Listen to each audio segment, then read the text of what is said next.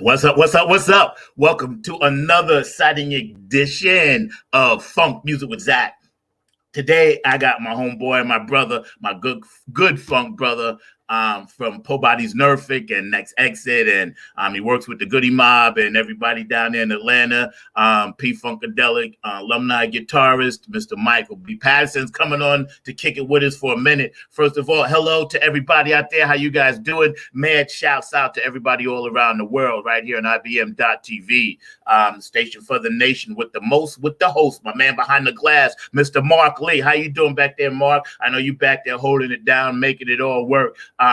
We're gonna first shout out some people that may be going through some tough times or whatever. Never let yourself be fooled. Make sure y'all get out and vote. So let's get that out the way. Make sure you wear your mask and make sure you have all that good stuff. Hand sanitizer, wash your hands and everything that you're doing. Make sure y'all take care of that and take care of your families, man. And never undervalue or underestimate yourself, not for anybody. And also, too, if you got a birthday out there, man, happy birthday. I know Boosie had a birthday. There was a few people on Facebook that I saw that had birthdays. And, my main girl, Tish, hanging out. Her birthday's coming up. I know one of our producers here, Kim, happy birthday. I know your birthday's coming up. So we got a lot of, birthdays coming up in the next couple of weeks that we're going to be shouting out to. For all the people out there, again, this is Funk Music with Zack right here on IBM.TV. I want to thank all the sponsors out there. We got a lot going on. And maybe later on, Dr. Tawana Anthony may be jumping on. I'm not sure. She may jump on at the end. I know she's moving. So, Doctor, if you're out there watching, I love you. Just hit Mark up, and we'll make sure we make that happen. She does have a children's book that just came out, and I was going to show you guys this. Really quick before we get into Mike, I want to just congratulate Dr. Tawana Anthony on her children's book. I have my own personal signed copy. She, thought highly enough of me. I don't know if you guys can see that, to sign me a copy. And her children's book is called At the Gator Park, which is like totally cool. As you guys know, Dr. Anthony is from New Orleans. But yeah, man, we're going to sit back and kick it, get into this funk thing. Funk music is a way of life. If everybody was into the whole funk thing, there'd be no wars around the world. There'd be no reason to be battling. There'd be no reason to pull polling stations and, pull some of these stupid Jim Crow laws about, where people can go and actually cast their vote to be a member of, the system and actually have their voice heard. So all of this funky business, monkey business, Sir Nose, devoid of funk, if y'all know what I'm talking about out there, making all of this negative stuff happen. And, we're going to circumvent all of that because that's what the funk community is all about. It's about being real. It's about being recognized for who you are. It's about staying true to your funk self and your funky self. And right now, bringing on my main man, Mr. Michael B. Patterson. He should be back there. If he's back there, we're going to pop him in, Mark. If not, we're going to wait for him to get on a minute. And we're just sitting here kicking it on Funk Music with Zack. It's a beautiful, rainy Sunday here in North Carolina, and we're just hanging out, chilling. The vibe is right. How many of y'all out there definitely dug Boosie's party? It was mad cool, it was online thing, and it was really done really, really well. Shout out to Peppermint Patty and Boosie Collins, his birthday, and the host Tommy Davis, and all the people they had on there, George Benson and Snoop Dogg and all these other people. It was mad crazy cool. You never know who's watching the show, so always keep that in mind. And everybody out there, please know that I love you. If you're going through some hard times, whatever, Weird IBM wants you to just jump in and let us know what's happening with you. Drop us a line. It's all good. I'm checking to see where my man Mike P is right now. While we holding that down, yeah. I have certain ringtones and things on my phone where it's kind of cool, man. I was listening to Dumpster Funk just a minute ago, talking to my man behind the glass, Mr. Mark Lee back there, who actually has his own show on Mondays and, during the week with IBM.TV. So check this out. Here we are, about, 9 days from the election, whatever. And people are still, wondering how they gonna make this work. There he is. What's up, my main man? How you doing? What's up, bro? We'll get back to that subject a little later. I can't hear you. Yeah, I don't hear you.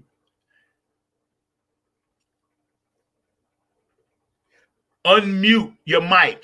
Your mic, unmute it.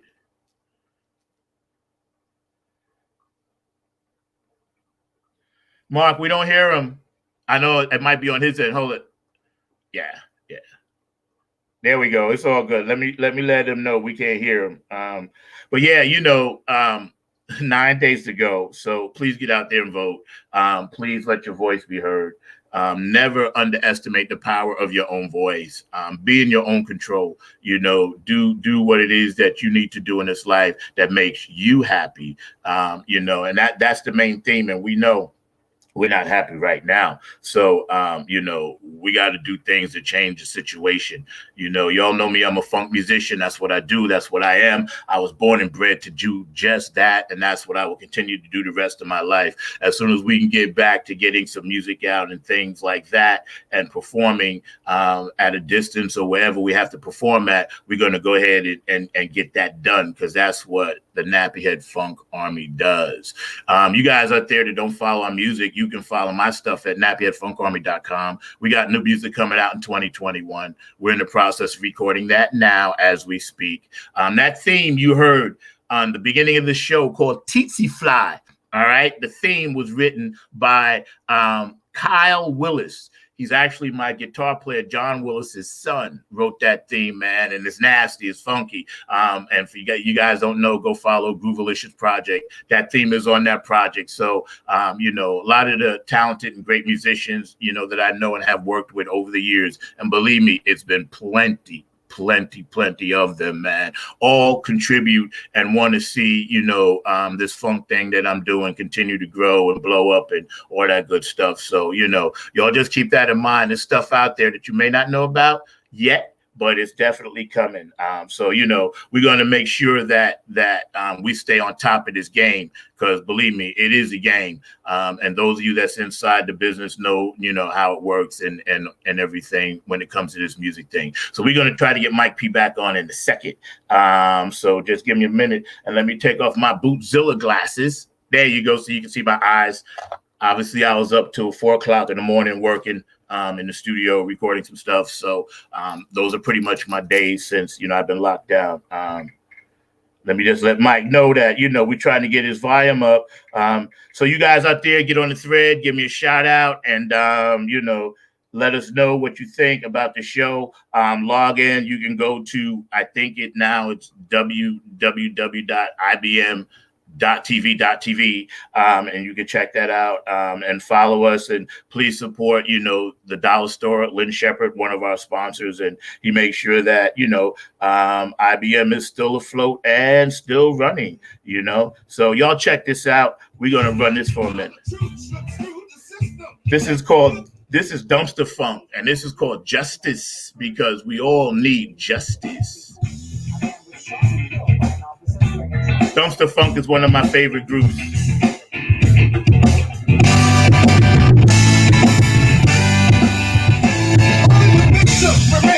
And this is how I wanted to bring Mike P in hot.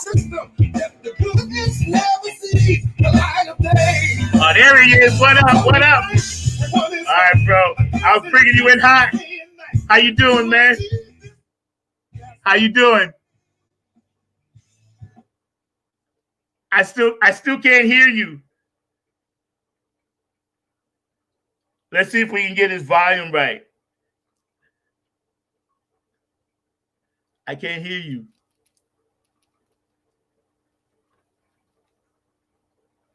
Yeah, we're gonna work on that. Sir Nose is always trying to do something. Always. But it's okay, because whatever it is. And this show is live, it's raw, it's unfiltered, it's all of that, and then some, you know what I mean? And that's how we roll here on Sundays. With so many musicians out of work and so many people trying to figure out what it is that how they're going to make their livelihood, how they're going to feed their families. How are they going to pay their mortgage rent? How are they going to pay their car payment?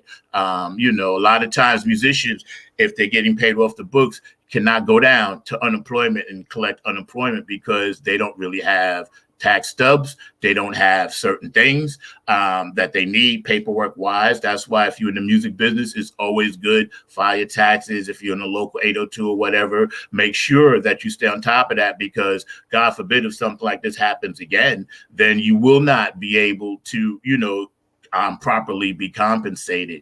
If you're out there and you're starting your LLC, make sure you get that done. Make sure that, you're able to have a paper trail so the government doesn't come after you if they find out you're actually starting to produce money. Always make sure you got your publishing. Own your own self. Own your own stuff. Own your own publishing rights. Publishing in the music business is very, very huge. That means that you write, you own your stuff, and you write your stuff, and your writers' credits and royalties, as far as where your music is played at around the world, will also be tracked and monitored, so you will get paid. And I'm speaking specifically for musicians out there, because musicians out there always seem to get the short end of the stick. We play for free. We put on things for free. We do a lot of things. Nobody does more things in this country when it comes to being less compensated for free than musicians. But the time and effort it takes to actually do something, even the time and effort it takes to do something like this show, there's still music involved. That stuff has to be, taken care of when it comes to people out on the road, because their families and their livelihoods depend on it. And that's very, very important. We're trying to get Mike P back on, but right now we're just going to sit here and chat for a little bit. What's happening, Mark? How you doing? I'm doing good. Yeah, we were having some issues with Mike P, so I told him to bounce out and bounce back in. You might want to send him that same message, because I know that that's happened to us before, where folks on their end have been muted or they're not getting the volume. So I did tell him to come back in and join us once again, because it definitely was happening on his end. So I asked him to come back in, and I'm just waiting for him to join you so that y'all can chop it up about the music scene, because I know when he was here before with Roster Funk, y'all definitely chopped it up. So hopefully he's going to be coming back and joining us to compensate. But definitely that was what was going on. Like you said, things want to act up and act crazy. We had such a good show on Funk Music with Zack yesterday. I mean, not on Funk from the Front Seat, I should say. Yesterday was jazz, and we had such a great show. So now we're just waiting to cut it up with Mike. But sometimes things want to act a little bit on the insane side, so that's what's going on. So I'm waiting for him to pop back in. But you were so right about what you're talking about the way that we've got to support our artists. And I definitely know you are a musician, and musicians, of course, have got to get their support. But I would also argue the same thing with our friends, because both me and you have friends that are in the acting community, in author community, in a number of other communities that are out there. As I've talked to you about before, my dad is a artist, a well-known artist here in the Durham community, and I know I oftentimes have that conversation with him. The fact that he doesn't want to be getting just the having folks display his work. He wants to get compensated as well. So I definitely learned that from him, and I know that you've learned that from some of the folks in your life as well. I had people up there on Broadway, and I used to, work at the Apollo and played at the Apollo and all that good stuff. And I have a friend of mine, she's on Broadway and she's off Broadway, and the amount of laws that they're going to have to deal with all the way up until next September, they said is going to be in the billions of dollars, because Broadway is something that only New York has. People have Broadway on their bucket list. Like, oh, I got to go see a Broadway play on Broadway. The ticket takers, all the people that, park the cars before you even get inside, the people that hand you the programs, the people that are at concessions, the coat check girls, all the people, the doormen that hold the door, all the jobs that, people walk you up and down the aisle. And that's not even getting to the stage. Then you have your stage hands. Then you have all the people that move the equipment. Then you have your sound and light techs, which are both union jobs, by the way. All right. And then you have, the pit where the musicians actually play. A lot of them go from show to show to show. They work 5, 6, 7 different shows. My friend Barry Eastman was working on Cats and at the same time doing Mamma Mia and at the same time doing Rent. You know what I mean? These are all people that I personally know in the business that I've been known for a long time. I played with Barry, did music on his album, his CD, did 2 songs with him. They were both hits. If You Want Me. He also worked for Anita Baker, you know, and we recorded stuff for her on her stuff. And you know, these people are hurting.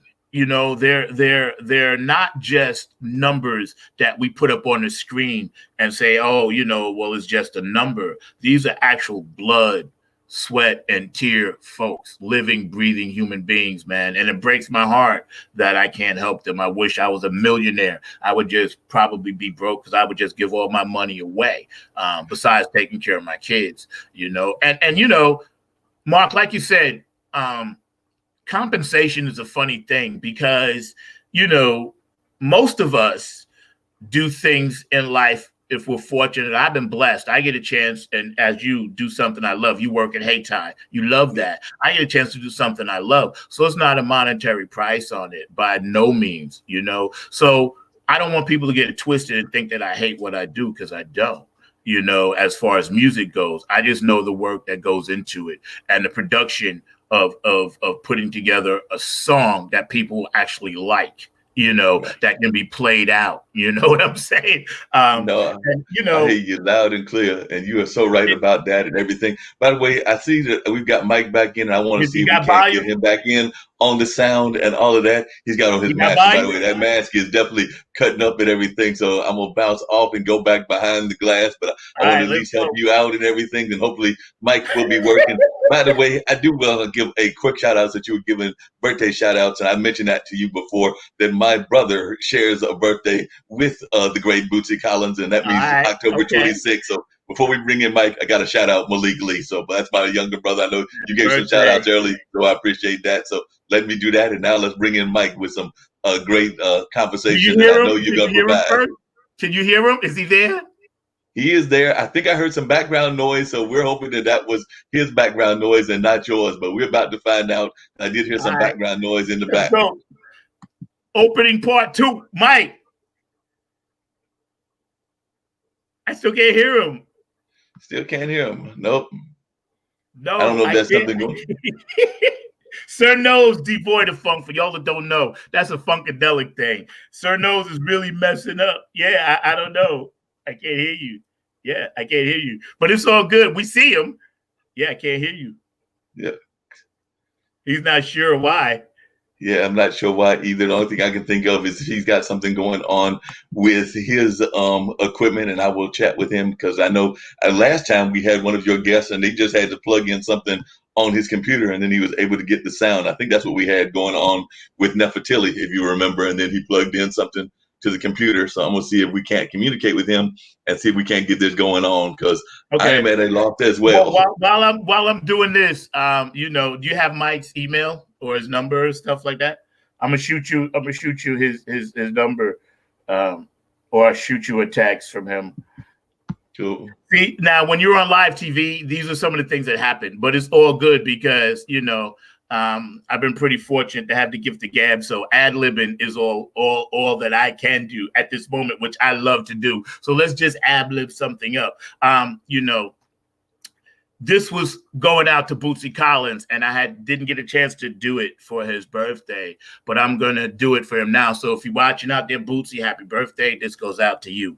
Universally, from adulthood to the nursery, DJs cut the wax. Bootsy space bass heats it up like Mercury's. He slays saps like Hercules. Suckers catches burns by 3rd degree. If you ain't talking Bootsy and Peppermint Patty, chill. Don't say a word to me. Verbally, I extend my thoughts to all outer levels to reach all hip-hop rebels. Word to Bam Bam, word to Pebbles. Excitable, lyrical contact, keep you happy. Word to Pappy. You know the heads that keep it nappy. Turn the mic up in my Mackie. Let me verbalize my vision that all P-Funkadelics around the world, we in the same position. To unify, our mic chords are bond together. Psychologically, it's the only way to reach our treasures. I learned from my errors. I'm in this thing for the longevity. 2020, 30, 40, 50, whatever. I stay clever, so keep it right and keep it equal. This one goes out to Bootsy Collins on his birthday and all my funky people. All right, that was for you, Bootsy, out there. Hopefully, somebody will get that to you. And I had that planned. If I would have got a chance to hit you up, so that's good. I got that out the way, got that off my chest. A lot of times, you never know what a person has inside their mind until they start spitting it out. I try to tend to stay on the humble side until I get on that stage. Believe me, I'm itching and dying, y'all out there, to get on the stage. I know if you're a musician out there, and I know my main man, my big brother, Freddie Butch Washington up in New York, if you're watching, my other big, my little sister, Kim Sazi, I'm part of that Creations music family up there. I've been part of their family for 30 years. We worked everywhere, the Twin Towers, we did the Garden, we did, everything at Shea Stadium, the Waldorf Astoria, you name it, we did it out there on Strong Island, representing New York City, a lot of major places and people that we performed for, Whoopi Goldberg, John Luciano, people like that, and, played at the White House twice, so I only say this to say a lot of times people don't really know me. So as you guys get to know me and you look back through my history, I'm 62 years old now, but I have had a very, very, very long, beautiful, charming, rough, bumpy, sometimes not so good career in the music game. That's why I continue to do it, because that's what I am. That's what I do. That's what God made me. What you see is what you get. There is no faking it with me. I'm not faking it. I walk around like this all the time. If you see me with this on the show and you see me out in the streets, that's how I'm going to be rolling. You'll see the same person on the stage. Ain't nothing phony about me. I'm never going to be a phony. All I'm going to tell you is just keep it real out there, because that's all we have, especially as Black men. That's all we have at this point. And I'm not going to get into that whole thing because that's not the subject of this show. But what I am trying to tell everybody out there is never give up on your dreams and stay true to your path. Stay in your lane. Do what you're supposed to do, and it will all work out in the end. And if you don't believe me, you can just go ask my two beautiful daughters, Kayla and Maya. Again, I wanted to promote my friend, Dr. Tawana Anthony, and her beautiful book right there. And it's like, At the Gator Park. Now, Dr. Anthony's deep. I was on her show up in DC, her radio show, and we talked a little bit and kicked it before COVID. And she's in the process, I think, of going back and forth right now. So I'll catch up with her, if not this week, next week. But what we need to focus on and get everybody locked down on is how can we change what we see around us without having it affect our emotions. All right, because emotions are a powerful thing. And when you have emotions inside and you're visually taking in all of this stuff, viscerally, I meant to say, sometimes it can play games with you. But don't be fooled, because what you see out there in the world, you have to interpret that. And you can interpret it two different ways. You can interpret it for good, or you can interpret it for something that's not so good. Me, I try to choose the good. I know exactly who I am, and I know plenty of people that understand what I am and what I do. And when you get to a point in life to where, you're dealing with this pandemic that we're all dealing with, and that's something we've never dealt with before. When you get to that point in life where you're like, okay, I got to sit back and take this one, sometimes that's okay. It's okay to do that. There's no harm in it. And if you don't, if somebody says, hey, you got to vote this way, that way, there's no harm, in disagreeing with people and, having a different vote and everything like that. That's all good. That's, supposedly the American way, right? But if it comes down to a person physically trying to attack you, there's no reason to stand for that. If it comes down to someone trying to take away your right as a human being to vote in a timely manner, you don't have to agree with that, nor should you agree, nor do you have to take it. There's no reason to have people in Georgia standing online for 11 hours, and then people say, hey, that's not voter suppression. Well, if it ain't voter suppression, it damn sure is wearing the voter suppression dress. Because I'm going to tell you right now, that looks like voter suppression to me. There's no reason to have mailboxes and drop boxes taken away and stacked up in corners. And they say, oh, no, that's not voter suppression. So if that ain't voter suppression, it's damn sure wearing the voter suppression pair of pants to me, because those things look like things that my father used to tell me about, and there's no logical reason for us to be dealing with this as Americans, as human beings, as spiritual light in this world. There is no logical reason for us to be in this position other than man has corrupted man and put man in the place to where man is in charge. We're not following the light, the spirit. My good brother, Funk Joe Santiago, drummer for Mandro, I call him my big brother. Him and I was talking and, had the spirit to say, you up, Mikey, Mike? Check one, check two. Yeah. Check one, Mike in the house. All right, we're going to come back to that. What's up, my Funk brother? How you doing? Hey, let's turn up. You all right, bro? Man, look, man, I can't complain, man. I'm over here. I had my mask on because I don't even trust myself now. I feel you.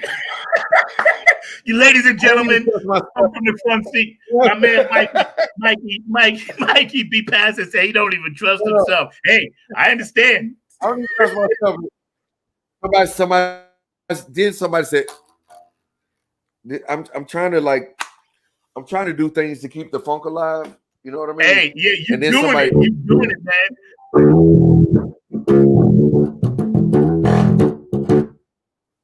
Yeah. Yes. It's like, let's talk about Dr. Funkenstein. You know what I mean? Like, yeah, man. I love that. Yo, so I'm trying to keep the funk. I'm trying. The funk is not in the past; it's in the future. You know what I mean? Yes, it is. Yes, it is. Funk is not just in the past; it's in the future. It's in the future. So I'm gonna take all the things that I learned from Uncle Boogie, Bootsy, George, but now we gotta. It's time to go into the future, man. You know what I mean? Yeah, I like how you want to talk about funk. They stick you back in the 70s. No, this shit is that's right. Going on to the future, baby. Yep, that's right, man. Yep, yeah, and you're right because you and I have spoke about this publicly, privately, and we all agree that because we had the forefathers that taught us and we learned from them, like you, especially right in that middle circle. And then you can go out like the ripple effect and spread it, which is what you do, man. Again, here we are hanging out with, my main man, Mike P. Y'all know who he is, P-Funk veteran and, works with the Goody Mob. Absolutely. And producer extraordinaire. You know what I'm saying? And everything that you're doing down there, man. Donna, matter of fact, Otis Hawk, made this happen today because I was like, man, I gotta find somebody for Sunday. And he's like, call Mikey, he got some new stuff. So we're gonna jump right in. There was another. See, this is the thing. Go ahead. No, but this is the thing. We're working on the new Goody Mob album, and Andre 3000 came out of his retirement. Yeah. We got Andre 3000. He's such a spoiled brat. He's just like me. We're only children. We got to have everything our way. Right. Came out of his retirement. He came out of his retirement once again because everybody knows he's the best. Everybody knows Andre is the best. He came out of his retirement once again, and now we got Andre 3000 on the new Goody Mob album with CeeLo Green. Like, you know what I mean? Like, we got Andre 3000 with CeeLo Green and the entire Dungeon family and Mike P's on the bass, but not R. Kelly did it. Right. P's on the bass. No, you don't Mike P's on the bass. Not like how Word. Yeah, play on words. Hey, on words. But Zach, I'm turning up Andre right now because y'all don't know when Andre 3000 did the Jimi Hendrix movie. I gave him guitar lessons to teach him how to. I said, no, put your thumb here. Put this, like how Uncle Boogie taught me. I taught Andre. Okay. Put your thumb here. Do it like this. Don't do it like that. And that's my Dungeon family. Like, let's talk about Big Rube. Let's talk about Rico Wade. Let's talk about Cujo Goody. Yeah. Mind you, I ain't even had a haircut. I ain't had a haircut since March. I look like the first Lionel from the Jeffersons. Like, I'm rocking the fro. I'm rocking the fro. You're holding it down, though. You know what I'm saying? You're holding it down. I'm rocking the fro, baby. See, when you get like this, you know it's a wrap. Just wrap it up. It's going. Goodbye. This was once a proud civilization up here of standing. Now it's nothing but the ruins. Only the ruins are left. The ruins. That's it. I got the ruins. That's it. That's it, brother. This was a proud civilization at one point. But you know, everything stands a test of time. For real, Zach. I want to talk about my Dungeon family. Let's go with it. I want to talk about Garrett. I want to talk about Garrett Scheider. I want to talk about Kendra Foster. I want to talk about my Uncle Boogie project, Cordell Boogie Mawson tribute album. Like, we got some things on the table that they cannot take away from us. Like Garrett, I'm proud of Garrett. Like Billy is gonna be Billy. Like he bullies all of us. It's not just you. Like Billy told me one day, he said, "You will never play bass for Funkadelic." I said, "Okay, I proved you wrong." Like, you know what I mean? Like, come on, let's talk about my P-Funk family. But they want to bring out the best in you. They want to bring out the best in you, man. Yeah, you know what's funny? Because I didn't know none of that. Billy Bass. Yeah, I was just gonna say, Bass is the OG. So nobody can tell him what to say. Nobody can tell him what to say. Yeah, he's the OG. Yeah, you know, I just saw a little blurb, and I don't, you know me, I don't get caught up in nothing negative, man, with that, especially publicly. But I saw a little blurb, and it was Keith Jackson had mentioned, hey, let's try to do something, keep something moving or something. It was something on P-Funk Radio in one of the boxes. I don't think Keith said it, but I think somebody had commented, you know, and I kind of got the gist of it. And I was like, okay, well, whatever it is, it was the podcast. Because I've been trying to get Garrett on for like 3 months. So if you see him, please tell him to come on. Garrett, I like how Garrett made lemons. He made lemonade out of lemon. You know what I mean? He took the situation, and instead of going one way, he made the best out of it for our family. Yeah. And I said, Garrett, I'm proud of you, because guess what? You speak for me too. Like the young generation of funk, the old school, even Andre Fox, they would tell me everything I did wrong. Yeah. They would tell me everything I did wrong. But guess what? They would also say it when I did it right. And George too. In George too. When I wrote the song for Outkast, he said, don't forget where you got it from. Like, they will be proud of you when you did it right, but they will talk shit when you did it wrong. Yeah. You know what I mean? Yeah. You know, one of the nicest, and you know, one of the nicest compliments I ever received was when George, Bootsy, and Bernie sat me down, right? And they said, listen, I don't carry 4 drummers. George said that. But he said, you got enough in your arsenal now, so go start your own band. And at first, I was like, oh, man. Right. And at first, I didn't know how to take it. And then I understood what they was telling me. They was like saying, here, take this. You learn from us. Go run with it, right? And I took it as a compliment. You don't need me no more. You don't need me no more. You don't need me no more. You can go off on your own. It was mad cool. But you look at me. Look at me now. I make records. I got records. Like, I get it. I get it. Yeah. But I will never forget where I came from, though. I will never forget where I came from. True that. All of us. You have to stay real.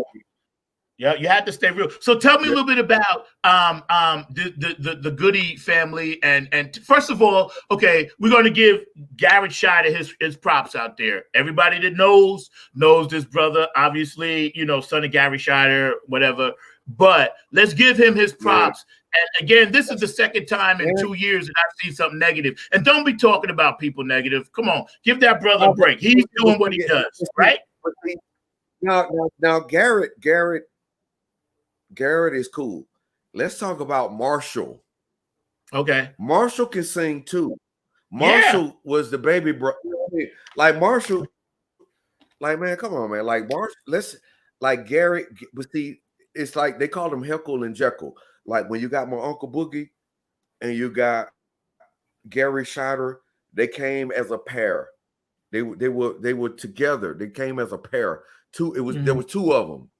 You got Gary, and you got Uncle Boogie, and they were like brothers. They were like brothers. Yeah. What I was saying was, Garrett, we ain't got to worry about Garrett. He's gonna be cool. But I'm saying Marshall, he can sing too. Yeah, I know all of them brothers. Yep. They got this same bloodline. Like, and you know, just like even the kids of Uncle Boogie, I say, man, y'all look like the Jacksons because y'all got that bloodline. You know what I mean? Yeah. Like the DNA. I had to work harder. I had to work harder. Same. I come from a no, but I never turned my back on the truth. Like, yeah, all right, I had to work harder, but GC3 was my best friend in life. George Clinton III. Like a lot of people don't understand. George Clinton is actually a junior, and his son was the third, or we call him the turd. We call him the turd. George the turd. But now that was my best friend I ever had in life. That's all. But I'm just saying, like that the family, the royal bloodline, it goes down, and we gotta stay true to it. Yeah, we gotta do it our way, but never forget where you came from. That's right. And that's something you do very, very well. Here we are hanging out with my man Michael B. Patterson, from Po Body's Nervig, P-Funk alumni guitarist, working down there with the Goody Mob, producer, Echelons, blowing up, and all that good stuff. So Funk up, and Benevolent Funk, Donna Sneed, Otis Hawk. I know y'all out there watching. So, man, shouts out. Thank you, Otis, for, making it happen with my man Mike P today on Funk Music with Zach on IBM.TV. Thank you to all our sponsors out there. So, what are some new ideas and innovative ways since we've been locked down? Last time I saw you was May, and then I saw you again in like July, and now here we are again in bro, it's almost Thanksgiving. Guess what? I still ain't got a haircut. Still ain't got a haircut yet. Hey, I'm rocking the pro. I'm rocking the pro, baby. I'm rocking. I got a whole photo. I got a photo shoot coming up, but I'm rocking the pro. I ain't finna cut my hair. If I had the ability to grow hair. Hey, Zach, why I look like I'm in the band War? Why I look like... Oh, you totally rocking Lee Oscar. I feel you. You totally rocking Lee Oscar. Run together. Me and baby. Why I look like I'm in War? Like, do I play the harmonic? Like, me and baby brother. Lee Oscar. If I had the ability to grow hair, I actually would grow it like Rapunzel. Okay? I would grow my hair like Rapunzel. And I know Mark is behind the glass laughing at me because he can still grow hair. I want to send a shout out to my uncle Clip Payne. Right, I'm not as thick as you drunk I am. No, I want to send a shout out to my uncle Clip Payne. Like, come on, man. Like, we gotta one time for Clip Payne, one time for Andre Fox, one time for Big Brother Lige, because y'all don't understand. Like, I've been trying to get them all on. When it comes to playing the bass, Lige, like he soaked up and he absorbed he did. all the funk, but y'all don't appreciate him. And don't forget Skeet. Don't forget Skeet. I was just talking to Skeet the other day. No, Skeet, that's too easy. He's already a bass master. He's already he was born like hold on. Somebody said, look, like Skeet would say,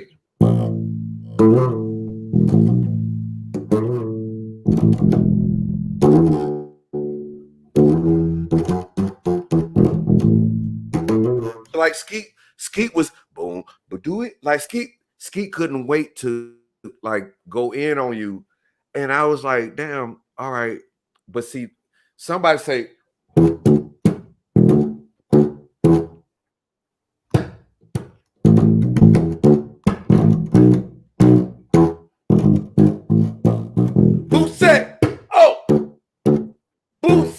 Like Uncle Boosie, like a dooba beat. Like Boosie might be the funkiest individual that was ever born because he couldn't wait. I think Fred Wesley said Boosie could pick up a stick off the ground and do something funky with.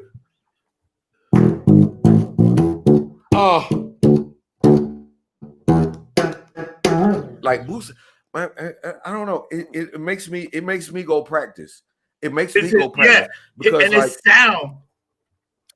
Like it makes me go practice because like even my Uncle Boogie would tell me the things I needed to work on, but at the end of the day, I wanted to even be better than that. Like, and that's why the next generation of funk is going to be even better. You know, like Garrett, Ken Foster. You know what I mean? Like even Young Poppy, Trezay, like they're gonna be like and people worry about what's going on with the funk. No, we good. Don't worry, we good. Yeah, we show good because you The know next what? generation, They're coming, we good. but still, you still have the people sitting here like us that we can't even get out and really get that live thing yet because of where we are. So funk, like George said, funk will survive just like it always does. You know what I'm saying? Because that's what funk is, making something out of nothing. Like George, ain't that funky kind of hard on you? He say, I was hard when I started. I'll be hard when I get through. That's right. That's right. No, that's but right. see, George say, look, with my back against the wall, I may stumble, but I won't fall. That's right. That's hard, right. I'm going to show you harder than you ever seen. But see, y'all don't remember this. George say, I'm too mean to fall. I just lean. right. Get that gangster. I'm too mean. So Mike, here's what I need. But they didn't use.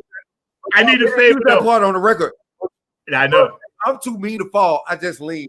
I need a favor. I need a favor. I've been trying to get Lodge, Garrett, and I just sent a message to Carlin Clinton yesterday because I've been trying to get her on. I'm trying to get people on post election so I can have a really good end to the year with a lot of funkages. So maybe they'll get back. But if you reach out to them, man, tell them the show is cool. I know they think, maybe it might go in a different direction, but it ain't about that. You know that. Hit them up. Yo, so tell me about your work. Tell the audience about your work on this. Tell people that don't know. Tell them about that. No, I'm not trying to brag. But I'll let you know what happened. Can you hear me? Yeah, I got you. I was putting that back. Yeah. I'm just saying, like, me and my Uncle Boogie was a vital part of my life and a vital part of me being a bass player. And then when he passed away, now me and Donna come together, and I'm like, well, Donna, I feel like I need to be in charge of the Uncle Boogie tribute album because he spent so much time with me, and I don't feel like nobody else is going to step up to be in charge. So I said, okay, let me. I feel because the thing was when Uncle Boogie passed away, I never got my chance to say goodbye. So me producing this album is my salute to Uncle Boogie. You know what I mean? Toast to the Boogie. When we did. No, but the thing was, she said we want to do a song like "We Are the World" for funk. We want to do a "We Are the World" version of funk music. And I said, all right, we are the keepers of the funk. We are the children of the funk. And that's when I wrote that song, it was really me, GC3, Trey Lou, Kendra, I really wrote that song a long time ago, but when she brought it up, it made me remember. And I said, you know what? I got the perfect thing. We are the keepers of the funk. And then when Kendra came in, we did our version. I got Cujo Goody from the Dungeon Family. And then Donna was like, well, damn, all right, we're going to do the old school and we're going to do the new school. The next exit, when that bass player come in, he playing the same thing I played. You a boop beat, do the beat it up, bop, bop. But I like how they did it. You know what I mean? But they did the old school version, but I did the new school version. Right. Okay. But it's the same. It's the same format, but it's two generations. Funk expands past generations. You know what I mean? Like you do it your way, I do it my way, but it's still the same thing. It's still the same feeling on the inside. It comes from the same feeling on the That's right.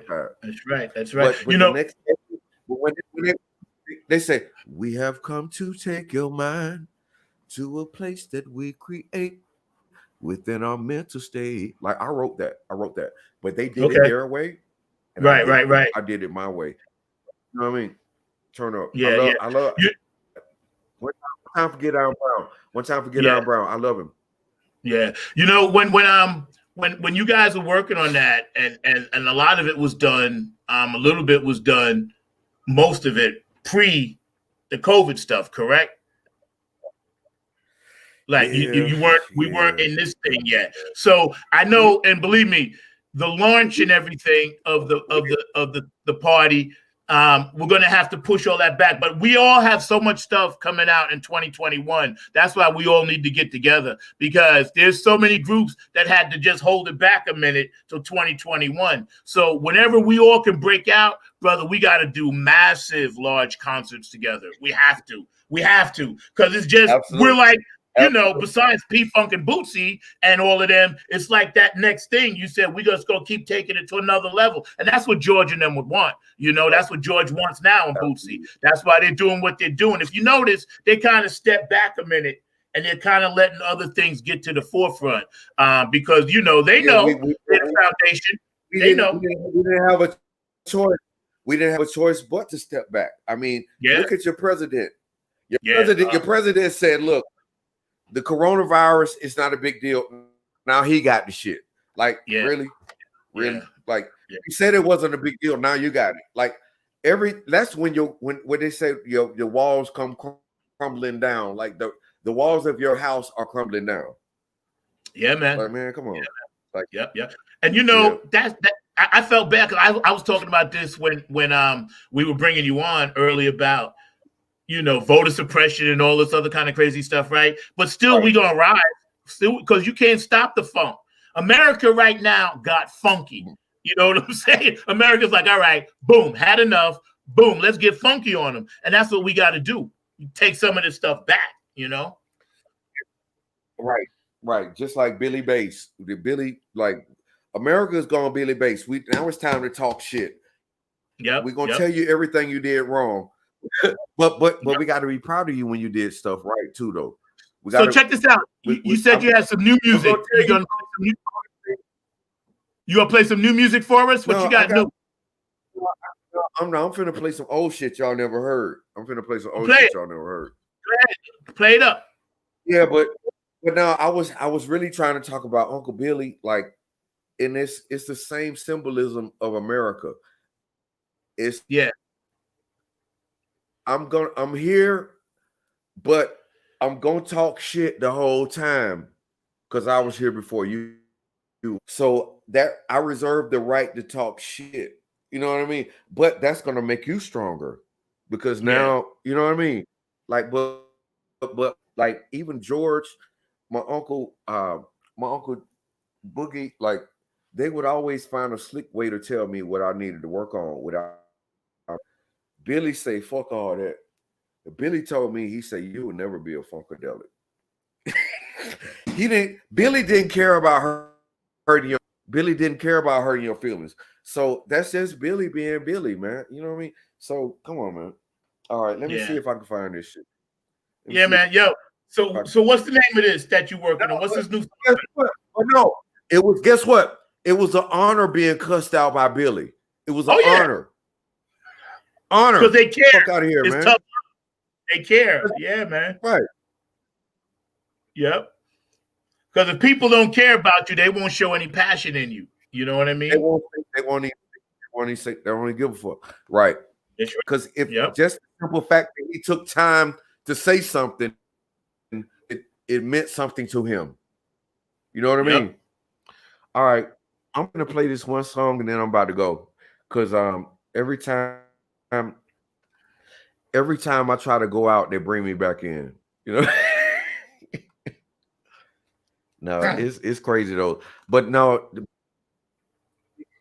Big Boy has a concert from Outkast, and like Andre 3000, he came back in.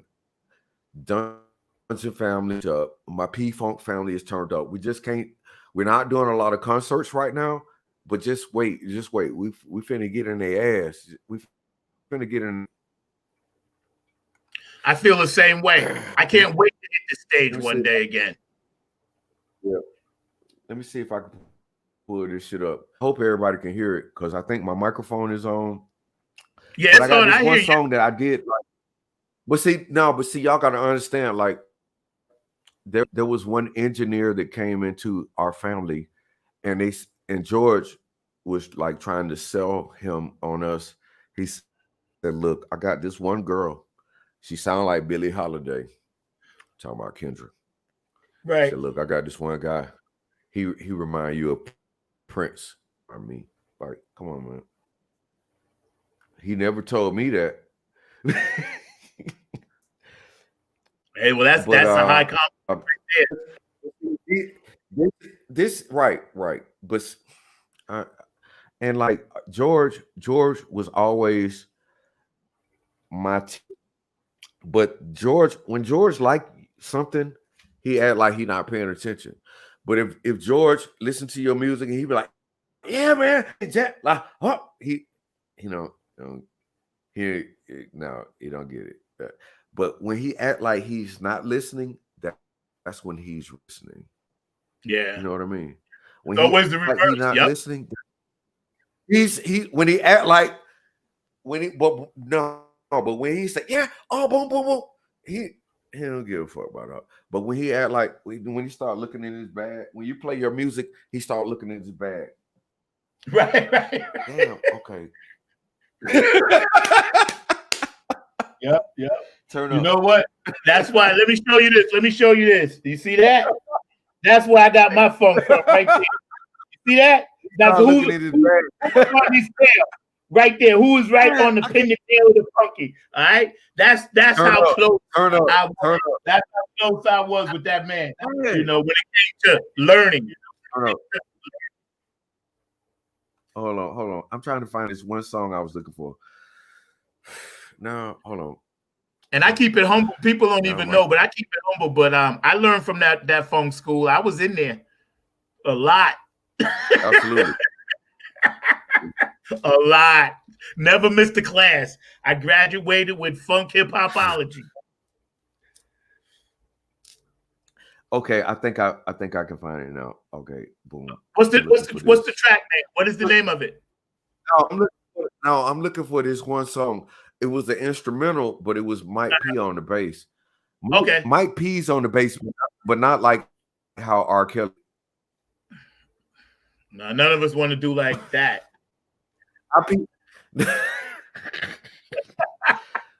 None of us. See, he said my mind. Hey, what did he say? My mind is telling me no, but my body says. No, you should have listened to your mind. Your mind. You say my mind is telling me no, but my body is saying yeah. We got about 10 minutes to go. Okay, I just want to keep you on track. We got 10 minutes to go. No, it's cool. It's cool. Like, and a shout out to Bill Cosby. Like all our people in jail. Like, come on, poor body's nerfed.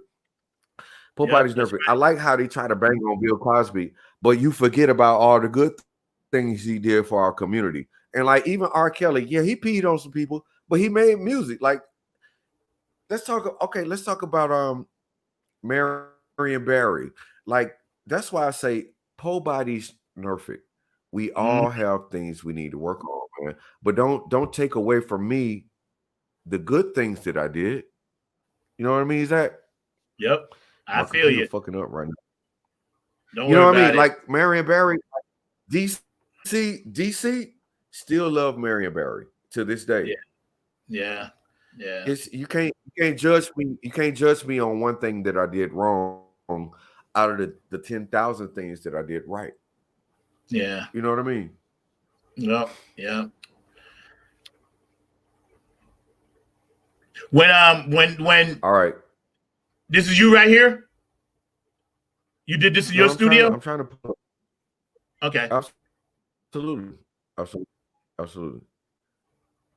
And again, we hanging out. I was just playing it. Like, B. Patterson, hanging out down there in Georgia, and he does all his own things, and Next Exit and Benevolent Funk and the Goody Mob, and working with Funkadelic and George Clinton and producing Kendra Foster.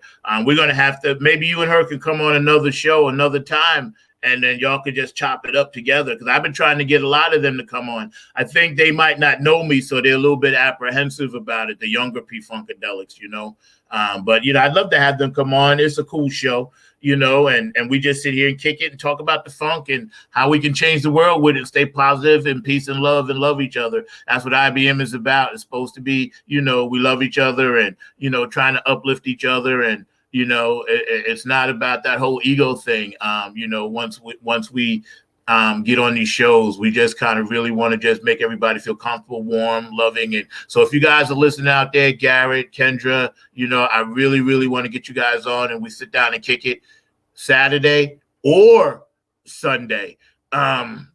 My Saturday show, Funk from the Front Seat, I started that on Facebook. IBM picked it up, so it's kind of cool. And Sunday, here we are, Funk Music with Zach. So if you guys are out there, man, please just give me a call. Donna knows how to reach me. Mikey P knows how to reach me. Linda Scheider, Garrett, I had your mom on. She was cool. And I ain't going to really get into all of that personal negative stuff. That was never me. That's not me. I'm a man that shoots straight from the hip. I say exactly what I mean. There's no one controlling me. I have no agenda. I'm allowed and given free reign on my platforms on IBM, which I'm grateful to. Thank you, Kim. Thank you, Nick. So all of that good stuff, that you hear from other shows, you're not really going to get that from me. My thing is about supporting live music, supporting studio music, supporting artists, actresses, writers, Tai Chi, and namaste folks that take care of our spiritual needs. That's what I'm about. I'm not really throwing shade on anybody for anything, because that's not really what the world is about. Bootsy said it the other night. We got enough people hating. We got enough people that, people are quick to tear you down. People always want to do that. They're really, really quick to tear you down. But, when it comes to lifting and building people up, very few people even understand, and make sure, it's always going to be on your own terms, because at some point in life, you got to sink or swim, and you got to do what's best for you. And, when you guys have this new music and y'all want to, come out and kick it and, just share information, this is what we're doing. Okay, I just got a message from Mikey B. Mark. Why don't you pop on for a minute, because I wanted to tell you what he said. He said he's having technical difficulties, and maybe he can get back on, on another Sunday. But wrapping up the show, and again, today, our guest was Mike B. Patterson. And I know the rain, and this, Mark, has a lot to do with things. We call it Sir Nose devoid of funk. The rain has a lot to do with how signals and bandwidth and this and that. But Mike was having problems, a little bit down there. And, we're just going to continue to kick it. We got about 2 minutes left. So, Mark, your final thoughts on the old new Mikey P. When he comes on, we always know he's going to be wide open, and I love it. Yeah, I mean, he's definitely wide open. He was definitely giving you some flavor, giving you some energy, giving you the way that Mikey P does. And I was actually enjoying that energy and that flavor because, like I said, I like to mix up with a lot of different kind of folks. You know that about me. And I love the folks are one of the things I can say honestly about you and your friends is that y'all are very authentic. Y'all are not going to come with a lot of BS. Y'all are not going to come with a lot of nonsense and things of that nature. And that's what I love about both you and your friends, your peers in the funk community and things of that nature. Because one of the things that I can say, you had Jazz on yesterday on Funk from the Front Seat. She comes out of the R&B and blues community. And, I'm a big fan of the blues. And, I don't care whether it's blues, whether it's funk, whether it's jazz, whether it's R&B, shucks. I don't care if it's country or folk. what I've noticed about musicians, most musicians are going to be real with you. They're going to tell you what's going on. They're going to tell you how they feel. They're going to let you know what's going on in their mind and everything. You might not even agree with them, because I mean, there's some folks that have been on the conservative side out of country and Western, things like that, that I may not agree with what they were talking about, but I also knew that they were being real. Like, I might not agree with everything that, say, a Garth Brooks or somebody like that out of country has said and everything, but I still appreciate the fact that they are authentic. And as you know, I'm a big fan of the creative community, and that's what I love about the creative community. The artists, the musicians, the actors, a lot of those other folks, they're going to keep it real with you, and they're going to keep it real like tight. They're going to let you know what's on their mind, and they're going to let you know how they feel about things and things along that line. So, as a matter of fact, speaking of folks keeping it real, and we might have some other ones.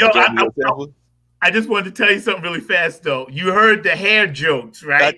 I did hear the hair jokes. I could feel you back there, because obviously the hair you once had here is now here. So yes, exactly. Let me ask you. I'm going to interview you now. How did you make the transition from this hair, that hair, to this hair? Please tell the world. I'm still trying to deal with it. I had a civilization, and now these are just the remnants. You know what I'm saying? That's I still have to deal with that as well. Like I said, you were right. The hair up on the top, and it's a hereditary thing. My dad's got thinning hair as well. I want to say my brother's got that as well. So it is definitely hereditary. But at the same time, and of course, I got the thick beard. It is time for to go to the barber, and I was actually thinking about that earlier. I might go try to see them on either Monday or Tuesday. But bro, you look like Roethlisberger, bro. You running a Roethlisberger beard. You Klondike in there like Alaska beard, bro. You got enough hair on your face to do several hair transplants for people, bro. I ain't never even seen that before, man. I can't even really see your lips. You know, and it looks good. It looks good on you. You wear it well, man. You rock it. You can pull it off. You pulling it off. I gotta tell you, you pulling it off. So go ahead, but I just had to get that out the way, because I know you were back there laughing. No, I was laughing at that. And like I said, I was, it is something that I have joking with even as I've gotten older and everything, because, definitely have got the thinning hair. And sometimes I'd be sitting there going like, I've seen pictures of when I was rocking the afro back in college and everything, and going like, nah, those days are gone. Don't know if they'll ever come back or anything along that line. So definitely I got what you're saying and everything. But I want to bring in a good friend of both of ours and everything, and we might have some other ones that'll join us as well. But we got our buddy Jeff going on, and I don't know if you know this, but Jeff is also, and he's rocking a cap. I see he's rocking a cap over there. Wait! I got the fro. You got the fro. Jeff got the fro.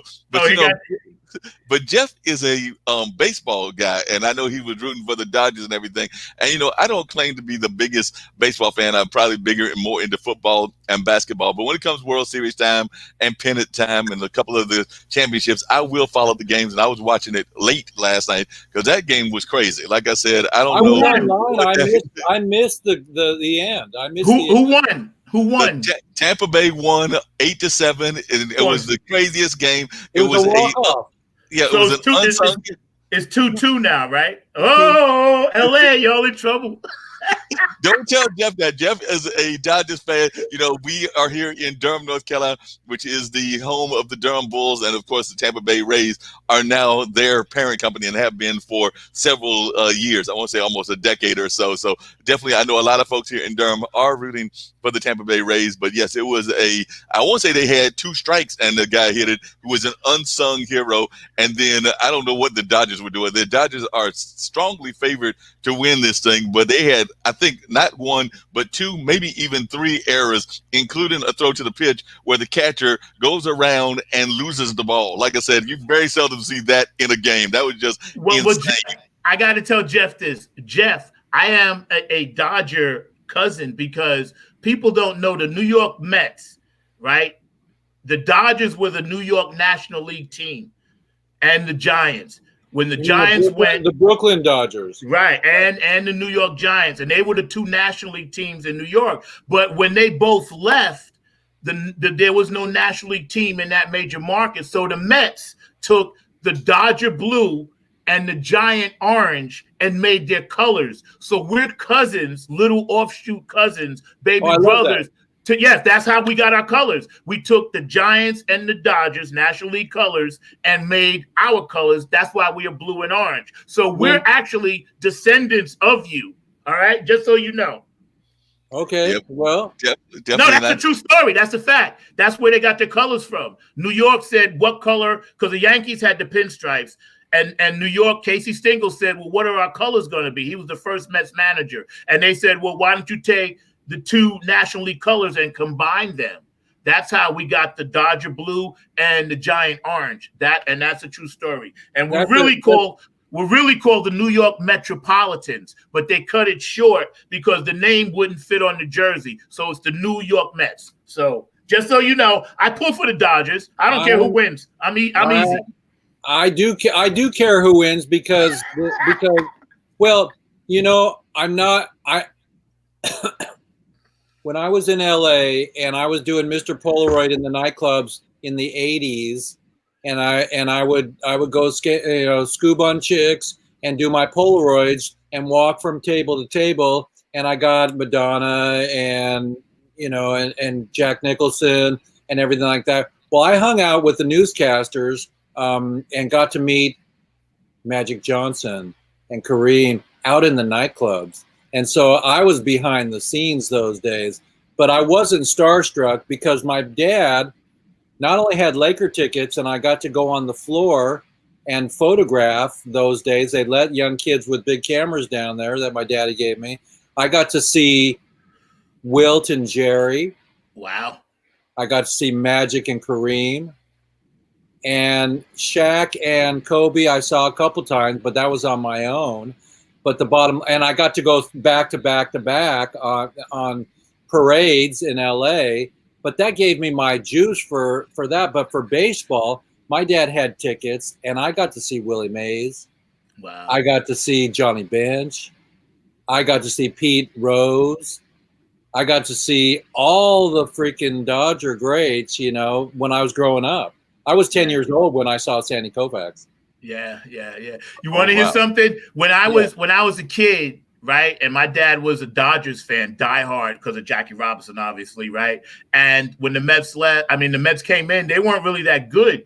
So what I used to have to do, I used to go to my friend's house, and he was a Yankee fan, right? And at the time, the Yankees was starting to get good. This was after the Mets had already won the World Series in '69, right? Then they lost again in '73. The miracle match. But my friend had Yankee tickets, and I got a chance to see the back-to-back Thurman Munson, Reggie Jackson, Goose Gossage, Willie Randolph, those guys, Chambliss. I saw the 78 '79 Yankees, and I went to one game where Ron Guidry threw a one-hit shutout. You know what I mean? And Mickey Rivers hit a triple, and I'll never forget that. I had all of this Yankee memorabilia, and when I got dropped off at the car, my friend said, "Hey, take your stuff." I said, "I can't go on the side with that." I said, "My father will kill me." I had like the pennants and all that for the Yankees. I said, no, you got to keep that. I said, I can't bring that inside. My father will kill me. I said, he can't stand the Yankees. And New York at that time, when baseball was hot, those Yankees were amazing, especially when Reggie came. Reggie came. Well, let's give a moment of silence for my favorite pitcher of all times, Bob Gibson. Yeah, Gibby. He was my favorite pitcher of all times. Yeah. We love you, Bob. And my favorite, and maybe because I still got an afro, my favorite tennis player was Arthur Ashe. Okay. Oh, wow. Yeah, Arthur was amazing. There's no doubt about that. Arthur was an amazing tennis player and all that. There's no doubt that he had some great skills and all of that I can add and everything. One thing I was going to add, Jeff, and I want to get into maybe a little bit of political discussion as well, but I was just wondering, could you just share with our listeners, I know you shared it before, a little bit about that growing up doing that music career that you had, because you have done a lot in both music and film, and you've shared it before on the platform. But a lot of folks may not know all of what you did in the music and the film scene. And of course, you had that club, and a lot of people may not even know about that club. So I'd love for you to talk about that and your ties to the rap industry. Even the two clubs that I was famous for spearheading during John Belushi days, and Club Zero, which was always had 2 inches of water on the floor in LA down on Highland Avenue. We'd go there, and Belushi was there, and all those things. It was during the time, the heyday, everybody. Robin Williams was out, a lot of cocaine, a lot of stuff going on, but I was always sober. I always drove everybody home, and I was a photographer during those days. But the story I think that you want to hear is my hip hop days. Was at Club Radio in MacArthur Park, and we filmed Breakin' and Electric Boogaloo at my club, or at the club that I lived on top of. And my friend KK, who started Club Radio, had Electra Bombada was there, and African Bombada, and all the people. And during that time, Ice-T, before he did the band Cop Killers, spun every night at our club on Saturday night, and he'd get out of a Porsche Whaletail, red Porsche Whaletail, and these girls would get out, and it would take them minutes to get out because their legs were so long and they were so beautiful and foxy babes, and they would go and spin at our club, and we'd have circles of breakdancers. Pop and Lock was there, and the guy that had polio could spin for like 5 minutes, throw his legs in the air, and turn them into a helicopter. And those were the days, my friend. And that's kind of my story, is Breakin' and Electric Boogaloo. I got to be part of that era where breakdancing was stopping the gangs and the the banging. And the killing between the gangs, the rivals in LA. Same with graffiti. Graffiti became an art, and we had a wall in our parking lot that the owner of the property, Mr. Huntsberger, he painted the wall once a month white, and then the kids had a place to paint again, so they didn't go and graffiti the whole place. So we had this beautiful place, and then some of the graffiti artists started to become like incredible New York stars with graffiti on canvases, and they were selling their paintings for $1 million. Wow. So that whole story is true. Yeah, pop lockers, man, they used to get around the world, man. And when that first started, that whole thing, and the popping and the breaking, and it was a culture. People forget hip hop is not music. It's a culture. It's a way of life. Hip hop rap. It's not just music. And I hated it when they started just saying that, because then you had people that weren't even hip hoppers or didn't know nothing about it, jumping on the bandwagon, calling themselves hip hop artists. And they really were not. People need to get that twisted. And I'm really, really upset at the Rock and Roll Hall of Fame for not understanding the difference. Run DMC went in, Eric B. and Rakim went in, people like that went in. And when you have people on the stage, like one of my favorite rappers is Eminem, when he's there to induct Eric B. and Rakim in the whole Rock and Roll Hall of Fame, they're basically saying, listen, yes, you guys bridged the gap. But then you had everybody else trying to feed off that, and it really was just BS. People that didn't even rap or knew anything about the hip hop culture was spitting out music, calling it under the hip hop brand. And I understand why true hip hoppers got mad. Just like I would get pissed off if somebody told me Bruno Mars was funk. I'd be like, no, he played a funky song, but he is not funk. Funkadelic is funk. Well, same with Prince. Same with Prince. Prince. No, Prince. I agree with both of y'all. By the way, I was waiting to do this all day long, so I got to mess with Zach and everything right now because we have another Zach on the show as well. So I needed the Zach. Oh no, Zach. this guy! I heard all about you. Get off! Hello. Yes, we got the Zach beat Zach moment because we got Dylan and we got the other Zach. So we got the two Zachs, and of course we got the two Zachs on the show. So I need to have my Zach moment. So Zach beat Zach. I've been avoiding him. No, it's nice to meet you. All kidding aside, thank you. What's happening?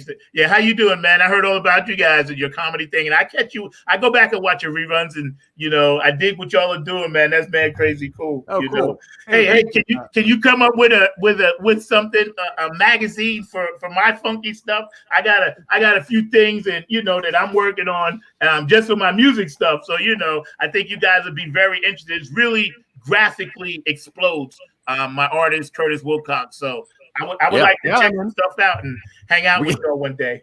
So I finally get a chance to meet you, man. How long you been named Zach?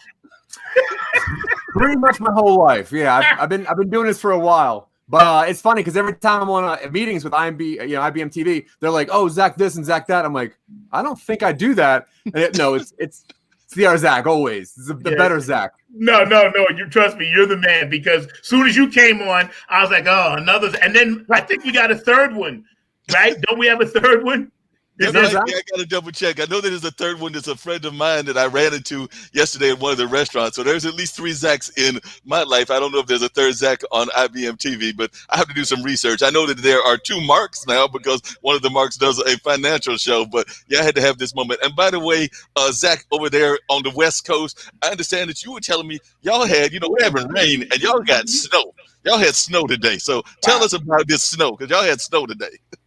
Yeah, go ahead. I'm going to turn this up briefly. I couldn't hear the question. Oh, they're asking about the snow. Yeah, so we woke up this morning and we had about 3 or 4 inches on the ground, and it's supposed to snow till tomorrow 8 a.m. Yeah, so through tomorrow morning. Yeah, got a whole day of snow randomly, which is good because the mountains are on fire. So we need this. This is good.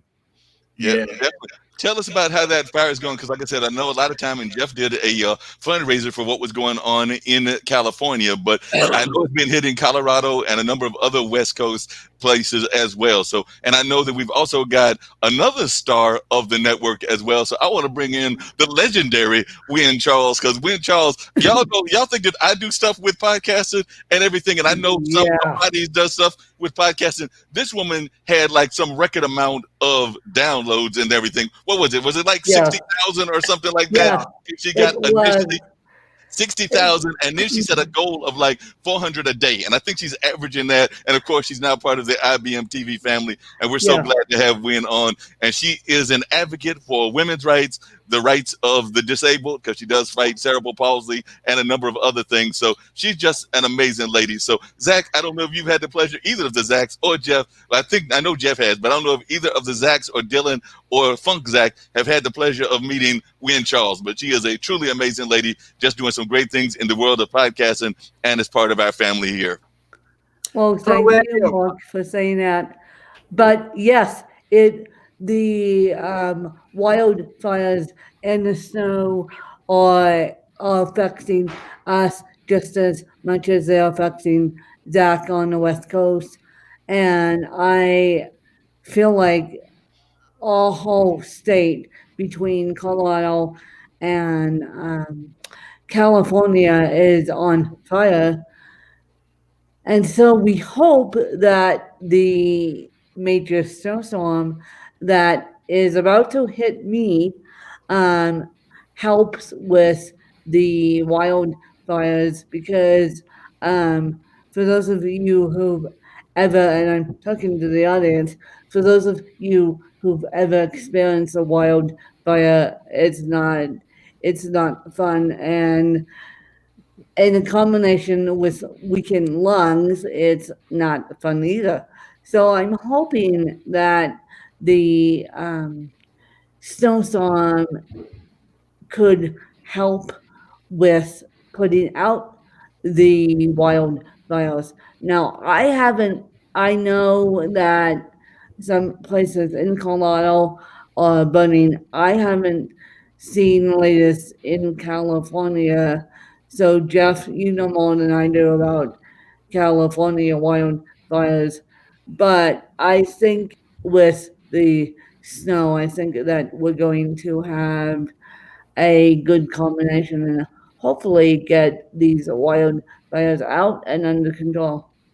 Yeah, that sounds great, and I know that that's what a lot of people are looking for. And speaking of folks, we got the Buffalo Bill in the house. We got none other than Bill Tresvant, and we were talking sports earlier because I was talking about that crazy game yesterday with the Dodgers and the Tampa Bay Rays and how that game ended and everything, and it was just incredible ending to that game. But I know that he is a Buffalo Bills fan, Mr. Tresvant, and everything. But the other thing that he's very much involved in, and I know Zach and everybody else loves to talk about this, is politics. And we are about 9 days away from having an election, even though it might take us about a month to figure out who actually won with everything that's going on. So I would love to hear from our now around the country. We don't have our Ankit or any of our international people on, but our around the country folks, what their thoughts are about the election. So I'll start with you, Bill. Hold on 1 second, Mark. First of all, Bills are playing the Jets. I'm tanking for Trevor. Go Bills. Okay, let's get that out the way. All right, now go ahead. All right. Okay. See, even we can agree. All right. Yeah. Fellas, let's go around the horn. Mark, who are you going to pick first? Let's go around the horn. I wanted to start with you, and then I'm going to come to Jeff. You represent D.C. Then we're going to come to Jeff for California. Then we're going to come to our Colorado people, and then come over here to see what Zach has got to say. Zach and me here in North Carolina. But we're going to start with you in the center of power over there in D.C. What your call is? Okay, well, wait. What's the question? Who's going to win, or who's going to win, and whether it's actually going to be called on election day, or we're going to have to wait a month to find a winner? I think it's going to be Biden by over 300 electoral college points. Wow. Whoa. So you can call me here. I'm calling Biden by 300, if not more. If not more. And so you think that it's going to be that much of the electoral college going on the Biden side. So that's amazing. And I know a lot of folks are concerned about that. I'm talking at least 300. It could be I would say 327, something in there. Something that is so horrifically horrific for Trump that there's no escaping. Sometimes you just lose the fight. I remember when I was a kid, I wasn't big enough and, got into a fight and I just lost the fight, and you walk around and maybe your buddies are there with you when you're licking your wounds, but he's going to lose this fight. I mean, listen, over 50 million people have already voted. Wow. Okay. Hang on. Who are the first ones to get to the polls? It's not like his buddies are his supporters are I got to get to the polls. I got to get to the polls. No, it's everybody else who's I've been waiting 3 years. I'm going to cast my vote. Mm-hmm. That's 50 million. That is, you got a point there. I'd love to hear from Jeff what his views are from California, and I'm going to come to my Colorado folks and everything. The one thing that I mentioned to Zach recently was I made the mistake of scanning around on the internet, YouTube, and things of that nature. It was not on IBM TV. For one, they were probably much more conservative than any of us are here on there, but I stumbled across some conservative folks that were Trump supporters, and they definitely were trying to mobilize their folks. So that's when I got a little concerned because I do sometimes... No, time out. That's all I'm going to do. It's the only time I'm going to butt in, and please don't mind me. Okay, and it's simply this. First of all, it's a Sunday, and so I'm off of work, technically. I'm also missing the Bills-Jets game, although, Zach, I appreciate it. But, every little bit counts, okay? Third, it's one of these things. These are the same supporters that thought that they could get away with kidnapping not one but two governors. One in Michigan and then one in Ohio. They thought about kidnapping the governor of Ohio, Mike DeWine, and he's a Republican. Okay. These are the same people that were drinking bleach and thought hydrochloroquine. These are the same people that think that you can get COVID, which is this that can't be stopped anywhere in the world. Anywhere in the world. But Trump, because of his super genes, is over it in 5 days. Wow. These are the same people that you're listening to. And I'm just saying, okay, well, maybe. Every now and then a squirrel gets a nut. Right. Let's go around the horn. Yep. Jeff, what's your take in from California? California is known as definitely a super liberal area and everything, and I consider myself progressive and liberal. So I'm thinking it's going to be a landslide, like a massive landslide in California, but I want to know what your thoughts are. Well, I'm not a conspiracy theorist, but I do know who took Prince down and John Lennon and Tom Petty, but opiates and Big Pharma. But did the president of the United States ever even have COVID? It's okay. We was it a party? Did we ever land on the moon? Was there a plane that ever hit the Pentagon? They never found a plane in the Pentagon, everybody. Yeah, you know who brought that up first? What the fuck? Sasha brought it up on television about a week ago. Sasha from Canada and Russia. He brought it up and said that he doubted. And we spent an hour on that very subject. And he's not coughing. He's not coughing. He's not like out of breath. I mean, what the F, you know? Oh, he got replaced by a clone. Hey, I made it through, and everybody can make it through. He's not playing the game. And you know, and also Biden freaking killed him during the debates. Mm-hmm. I would agree with you on that. I'm going to come to Colorado and everything. By the way, Zach and Dylan, it seems to me that this would be a plot for one of your TV shows, what's going on in the world and whether any of these things happen. So I think we've got a plot for the next show that y'all have got of talking upstream with what this is. My uncle writes political and bioterrorism thrillers. He was a macrobiologist for 25 years, and now he makes a living as a novelist. And he says that the people in his social circle who write political thrillers primarily are scrambling to try and come up with anything that can match what has been happening. This is not a joke. He says that people are really having a hard time doing political novels because it's really difficult to do anything set in either now or 5 years in the future without referencing current events because it's going to be around forever. I think Saturday Night Live gets it pretty darn good. Alec Baldwin is a hero. Yeah, but I know for me, like the day that we were allowed to go and physically vote in person, I was there the very first day. I wanted to push that button so hard against Trump, and I was waiting so long for that. But the thing that Dylan and I were talking about was, if you think about the movie Back to the Future 2, the main bad guy, Biff, was geared after Donald Trump. Zemeckis said that. He's like, if we could think of who the worst person could be in the future, it would be Donald Trump. But if you think that we had this warning 20 years ago and we still said, let's vote this guy in for some reason, like that's just so stupid to me. So what about Lisa in The Simpsons? She saw it. Yeah. Oh yeah. Lisa Simpson had a dream that Trump was going to become president. President Trump has been projected forward in pop culture for a long time as a joke, and unfortunately, reality does tend to follow that, even if it was not meant seriously. Yeah. When it comes to the jungle, sometimes it makes me wonder how I keep from going under. Yeah. When it comes to the election, I will believe that he's no longer president when he is not in the White House any longer. I don't think it's going to be as easy as him just absconding. Yeah. That'd be cool. I believe early turnout is very high, and high turnout favors the Democrats historically. Not only that, but Democrats also historically vote very heavily in presidential elections. So I suspect the results are going to show him losing Trump. Yeah, I agree with you. Go with you say, Dylan. He is not going to go quietly. Yeah, he's not walking away from that White House. And his followers are not going to go quietly. No. Can he commute himself? Can he commute himself? He wouldn't. No, I don't believe so. No, don't say he wouldn't. I mean, come on, you guys are supposed to storyboard this. I meant real world, not one of our stories. In our stories, yeah, of course. I'm saying, in the real world, it has never been tried. Yeah, but that's the problem. But he would try it. That is the problem. Until 2016, a lot of stuff hasn't been tried either. Yeah, he's going to pardon himself from going to jail for taxes. Panelists, please, let me just give you the answer. Then I want to sit back because I just want to relish. Go, Bill. Go, Bill. Go. Yeah. It has never been tried. There is no law on it. There's nothing to forbid it. It has never been thinkable. And there was a question of the new Supreme Court nominee, and she refused to answer the question. And they will have a 5-4 majority, assuming Robert says that's completely crazy. So here are the two things out there to work with storyboard people. And now I'm just going to really enjoy being an audience member. That sounds good. When, what have you got to say about this? Mark, one, will he pardon himself? Okay. I don't think that he, I think that he's. Mark. Yes. One, will he pardon himself? Or two, will he resign and have Mark Kent pardon him and his entire family? That'd be a good move.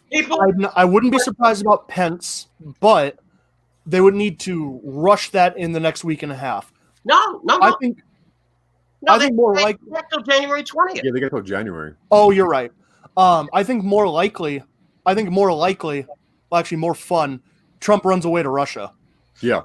Yeah. I like that idea. Yeah, I like that idea. Country. Yeah. He flees the country, goes to Russia. The minute he's out of office, the Department of New York, I think, they're coming after him. Mm-hmm.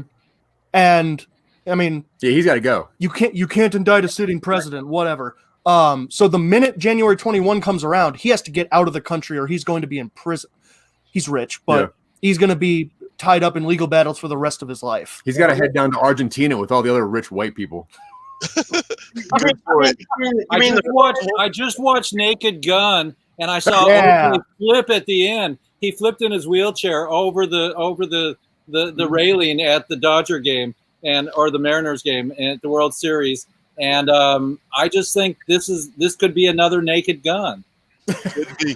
Jeff, we want to hear from the lady in the room. So, Wynn, you do talk to a lot of activist ladies. You talk to a lot in the disabled community. So what is your view from the ladies around the world as to how the ladies are going to come out and vote and everything? So I'd love to hear your thoughts, Wynn. Well, my personal views stands like this. Because I am on Obamacare, and because I personally use Obamacare myself, I have voted for Joe Biden, and because I don't want Obamacare to walk away, because if Obamacare walks away, I'm up in the creek without a paddle. Me personally, I'm up the creek without a paddle. And I think a lot of the disabled community is voting, those who can vote, is voting for Biden because they know that if they vote the other side, number one, heads of the law on my end, and number two, Obamacare will walk away. And so I'm looking at it not only as a journalist, I am not only looking at it as a disabled woman, I am also looking at it for people with disabilities as a whole. And it's interesting that we're having this conversation this morning because I am in the last couple of weeks of an American government class. And so I am looking in depth at the Americans with Disabilities Act. And so before I got on this call, I looked at my last piece of my paper and it said voting with a disability, and I pulled scholarly articles on that, and it's amazing. I didn't know that even if you did have a severe disability, I didn't know that you could vote. And every time I look in the back of a voting envelope, it says witness to witness your vote. And I didn't realize up until I did more research on this why the witness to vote was on the back of the voting envelope. And now I figured out why. I also figured out that we as American citizens don't necessarily, we cast our votes, but then it goes towards the electoral college. I did not know that. I am so used to the history class in high school. I have never sat through a history class up until this point in college and getting a journalism degree.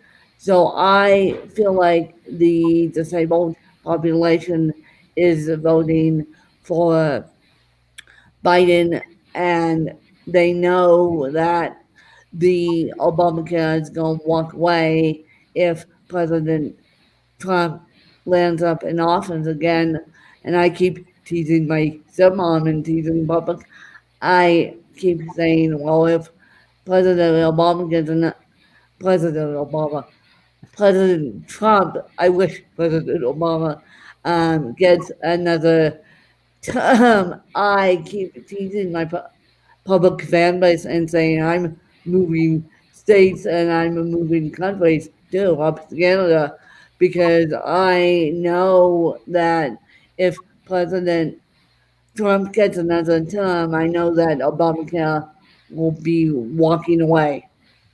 Yep, good point that you make and everything. Yep. Zach is actually the only one in this panel right now that I'm aware of has actually worked in a Trump building, if I remember correctly. So I'd love to know his thoughts because, like I said, he is the North Carolina Zach right now, even though he's really the New York Zach because he loves his New York area and all of that. But I was wondering if he could talk about that experience because if I remember correctly, I think that you actually worked in one of those Trump buildings back in the day. So you've actually got some views about how Trump even runs his businesses and everything. Which was that the one on Wall Street? Which one?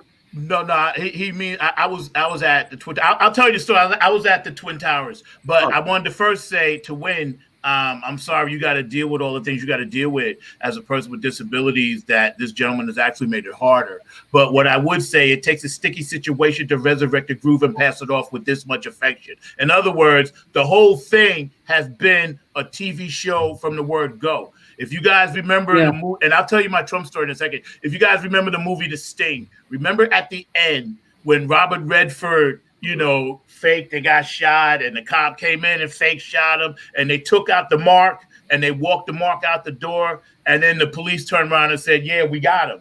That's what this whole thing is about because he never really wanted to win to begin with.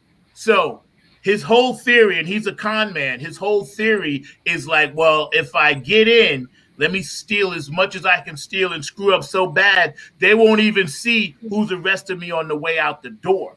Like the brother said on the West Coast, he's going to jail somewhere because in New York, if he stays. So he's got to figure out a way to get on that plane and get out of here. Now, as far as who I think will win, I don't think he cares who will win or not because he's always going to say he won.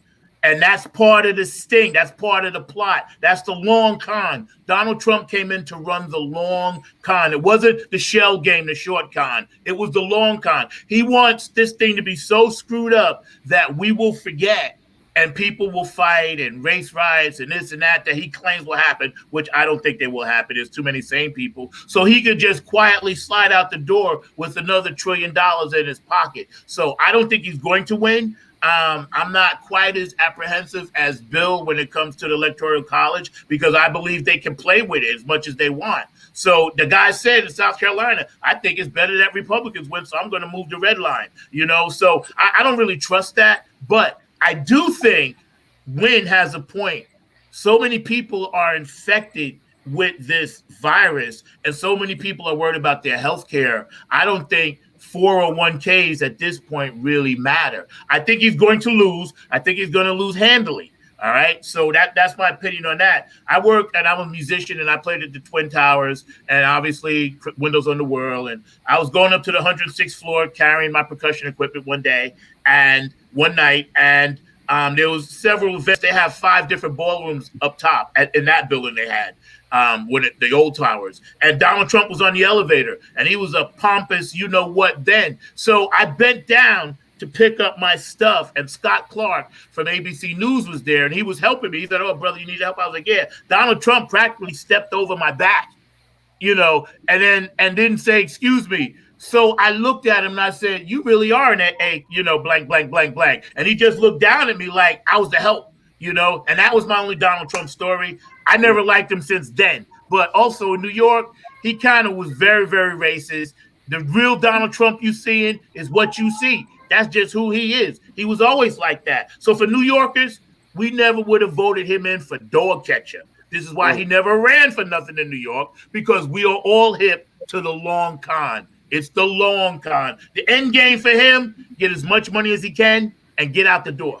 Yep. That makes a lot of sense. Hey, West Coast Zach, and then I'm gonna keep the conversation going and everything. But one of the things I'm curious about is, if I remember correctly, both of y'all work in day jobs as well. I want to say that it's in that whole service industry, kind of like in the restaurant industry and things of that nature. And I know that that's a part that is being impacted a lot because of the fact that the stimulus package is still in a hold up and things of that nature. So in your environment, both with the artists, because you do work with a lot of artists, actors, musicians, and other folks, and that do work service jobs and also work in the gig economy. So how is the economy being impacted among your peers? Because that's my other concern, is that we're in an economic crisis. So I would love to hear y'all's thoughts on the economic crisis that we're in from a West Coast perspective.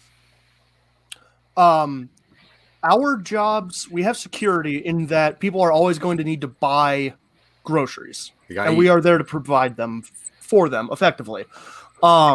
I have a lot of friends who are in restaurant industries currently in Boulder, and Boulder used to have a really, really thriving restaurant culture, despite the fact that rent in Boulder for businesses is really high. The profit was enough that it would be okay. A lot of them are having a lot of trouble, and with this snow that is currently coming down and expected to keep coming down, the outdoor seating that has kept a lot of these people going is starting to look like a less appealing option.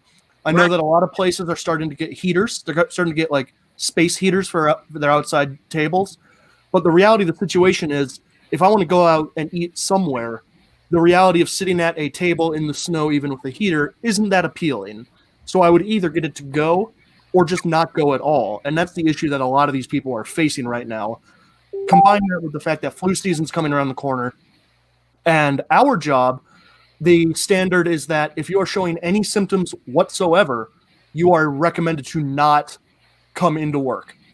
So we might hit a point where upwards of a third of our staff are unable to come into work because they're showing symptoms of some illness and they don't know what it is. Yeah, Dylan and I, we go to work at like 4 o'clock in the morning. So some days you wake up and you just got like a little phlegm in your throat, and they're like, "No, stay home. Just stay home." So there's a lot of apprehension about what's coming around the corner. Yeah, it's scary. Yeah. Well, I want to know how long we're going to be in this. Is it 1, 2, 3, 4, 5 years, or is this the new norm? What do you say, Bill? I'd love to hear, and then I want to get the win too. But Bill, you're in the seat of power, so I've heard estimates that it could be as much as 2021, 2022. So, Bill, what's your take from your political friends? Are we looking at 2022, 2023? How long is this COVID crisis going to go on? Well, I mean, I don't know definitively, but it's not necessarily from politicians, because I wouldn't even trust them. It actually comes from Medical Fridays here on IBM TV. And what they're talking about is that, if in fact we do get a vaccine, that the vaccine that's approved, we might be looking at January. And even then, with the production, that the distribution would start to those that in need first, the high risk, and the frontline workers, and that would get us to about July. And that the general public wouldn't be looking at it until like August, September, October of next year. But one of our doctors, Dr. Moskowitz, who is there every Friday on Medical Friday, has talked about quercetin, and it's an over-the-counter supplement that you can get. It's like an herbal supplement, and you can take that, and that has. And there are new studies out. You can go on the internet and look up quercetin, Quercitin, I believe. But they have a number of studies coming out showing that quercetin is one of the most effective treatments that they have so far. And as a matter of fact, IBM, the computer company, where they have Big Blue, when they were running through various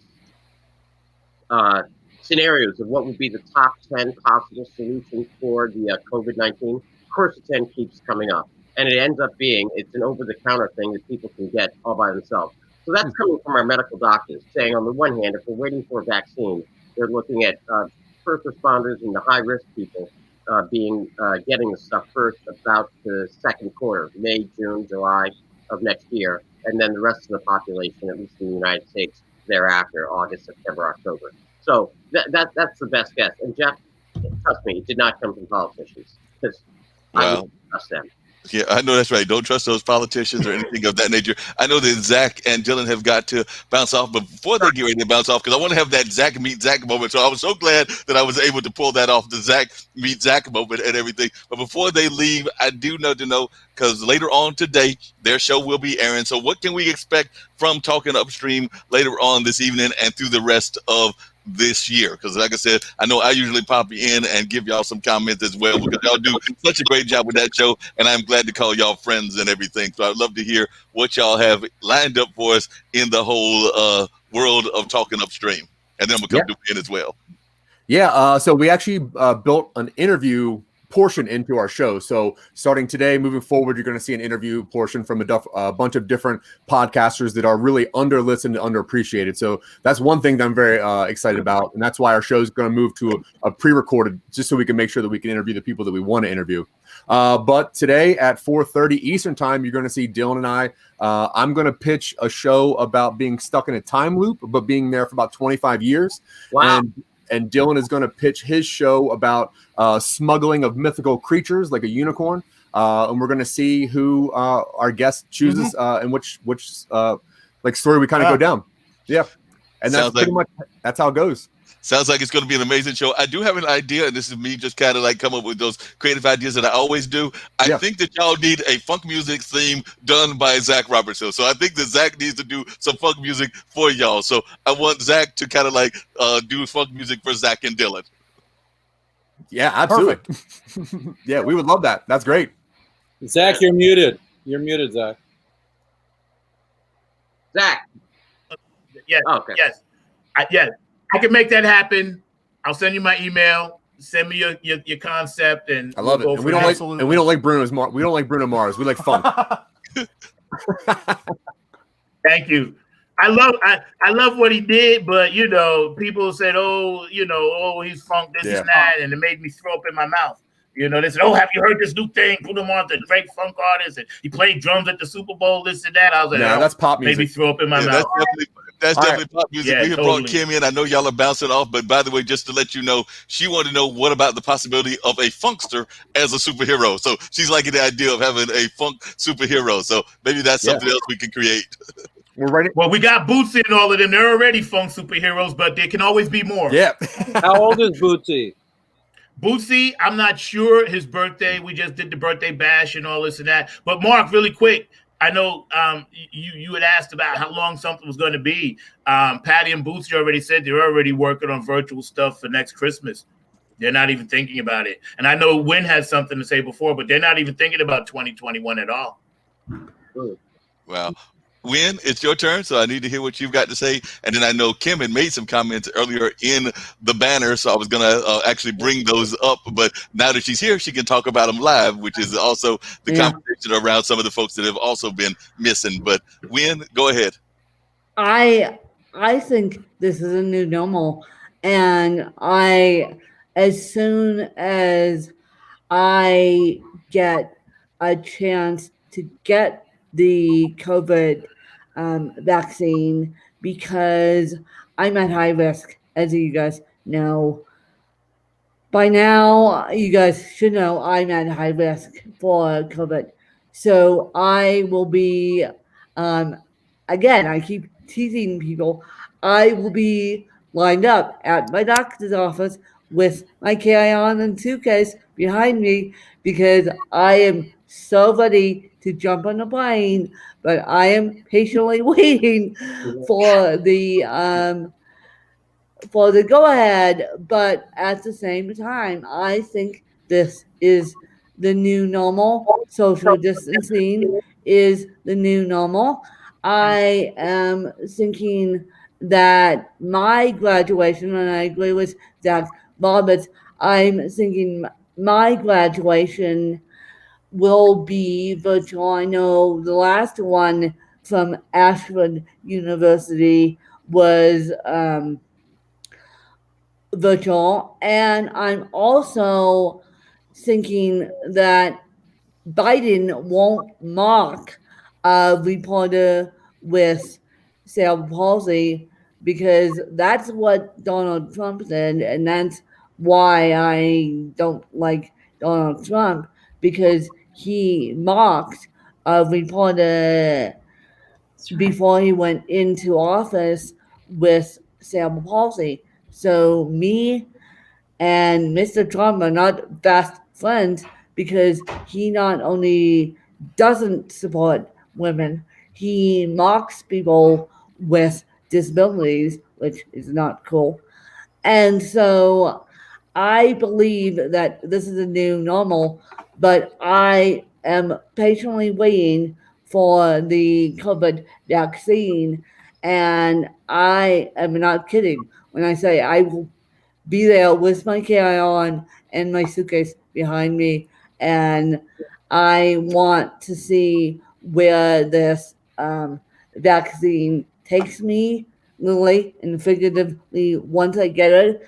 And then I also think this is a new normal. I think we're sitting in the new normal. I think that event that I was planning on going to, the only event that I was planning on going to in 2021, I need to check with those guys to see if they are still having it. But I'm thinking that those guys are turning virtual because they were smart enough to have it a week before the pandemic, and I was able to travel to said event the week before the pandemic. But I also think this is a new normal, and I also think mask up is a new normal. And I am not the biggest fan of Donald Trump, just like Zach, and that's all I'll say about that. Yeah, that makes a lot of sense. I'm not the biggest fan either. I got a photo of what Wynn is talking about when he mocked the journalist. And I think that was the day I decided there was no way I would ever vote for a man who would ever do that. You would have thought that that would have been the end of his campaign. But what that showed me. Exactly. What that showed me is the type of people who would elect a man like that. I kind of would, take note of who they were and stay away from them. But one of the things I like about Biden is he himself has a disability. It is a speech impediment. And, he never let that stop him, right? He does have an issue, I think, sometimes controlling it, but, that's hard to do. But there's nothing wrong with having these disabilities and becoming a leader of your country, because I think it makes you more sympathetic to people who have problems, right? You'll be a little more considerate and understanding. And I think that that's why we need a president like that right now, somebody who's going to be a little more considerate and understanding to the human natures and get us back together and unite us. They call that being presidential. Exactly. It's about being exactly, Jeff. And one of the things I was going to add just really quickly, because you had mentioned it in the comments offline before coming out, but I would love if you wanted to talk about what he did with the funding for domestic violence victims and all of what he did about some of the gun carrying restrictions as well. So I know that is an issue of passion of yours, Kim. So I'd love to hear you talk about that as well. Oh, Lordy. I mean, it just irritates me so bad. People say, well, it's Biden's fault for not, getting this law pushed better over the years. He started this law in 1990, and he's the only one who has pushed it, gotten it signed and approved and modified, because, laws sometimes have to be modified with change. And somebody set a precedence a couple of years ago with the domestic violence law, which happens a lot. I've been in the courtroom watching precedents get set and ruin everything for victims. And one of the precedents that got set is that offenders can now carry guns. Restraining order, and the offender can carry a gun. I have an issue with this because the courts know that within 48 hours that the offender is usually going to violate that order. And the first thing they're going to do, because they're just it's like throwing gas on a fire when you give them that restraining order, they're going to go get a gun and they're going to take care of business. And I've seen this happen in real life. Like, I have a friend that happened to. So I couldn't understand why the president didn't want to sign the bill to say we need to fix this precedent and make it so that these particular kind of offenders are not allowed to carry guns. And it's just a segregation of a group of offenders. Okay, I'm just going to say that. And the other problem is that he didn't fund the domestic violent programs. He just felt like it just didn't need any funding, that we can take care of it ourselves. Actually, I heard from someone, and I actually heard it from an investor who's like Trump, that, just buy the victims a gun. I was like, that's the way we settle it, right? You're going to let certain kind of offenders have guns, and you're going to promote victims to go out and buy guns, and we're just going to have a shootout, But so that's the type of mindset that we have in leadership right now, and that doesn't build bridges, that doesn't unite, that doesn't build calmness, that just builds more fear. It ignites more fuel on anger, and we need a president who will also be more compassionate. Many victims of domestic violence are disabled people, believe it or not. They also have PTSD, which is a disability. So he has no sympathy for disabled people. He really doesn't. I don't know if you guys know this, but we all, I think Roosevelt was disabled, and he one of the I learned from his story. He would, so people wouldn't see his hand shaking, he would put his arm behind his back. Mm-hmm. So that you wouldn't be uncomfortable when his arm started to have tremors. My arm has tremors sometimes, and I learned from his story. So when I would go to meetings, I would do the same thing. I would teach myself.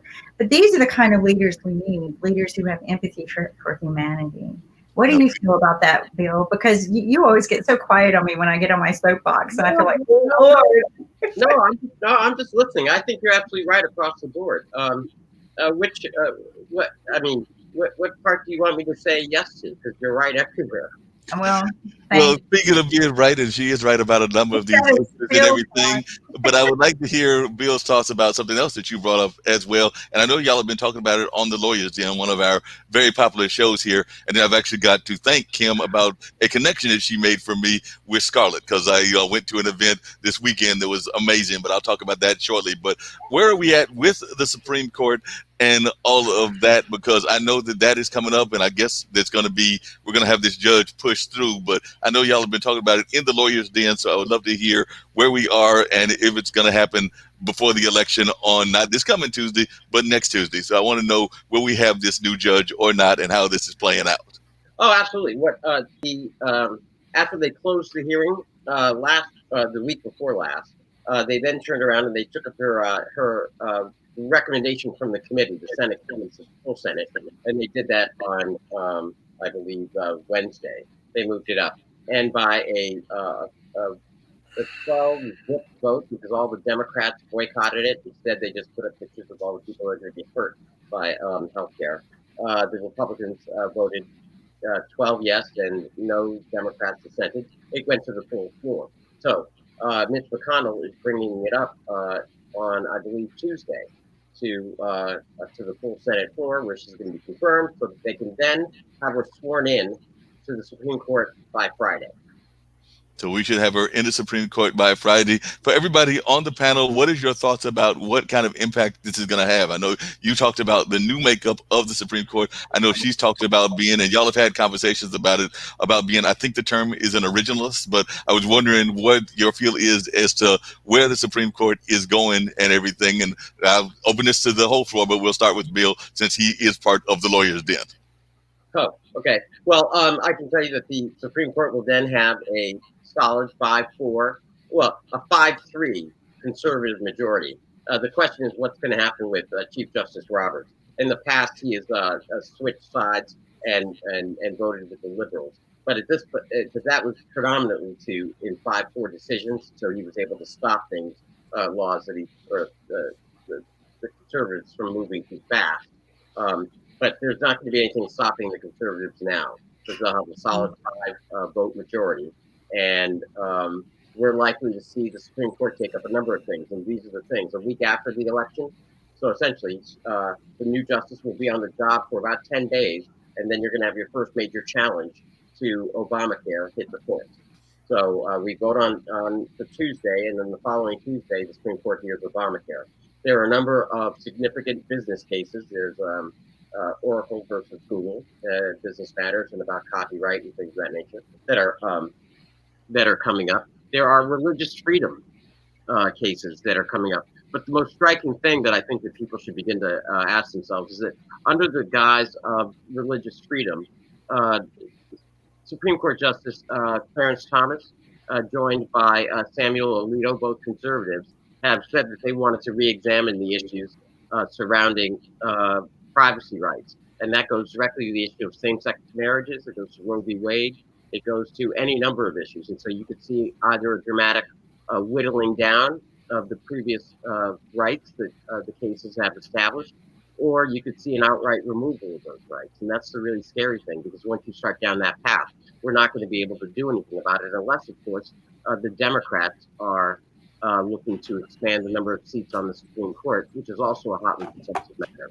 And for the Democrats' part, and I'll just be more brief, a primer for our audience, and that is this, that Biden has said that he's going to put together a bipartisan commission that will study the issue for 6 months. But essentially that means to collect everything that everybody's already been talking about for decades.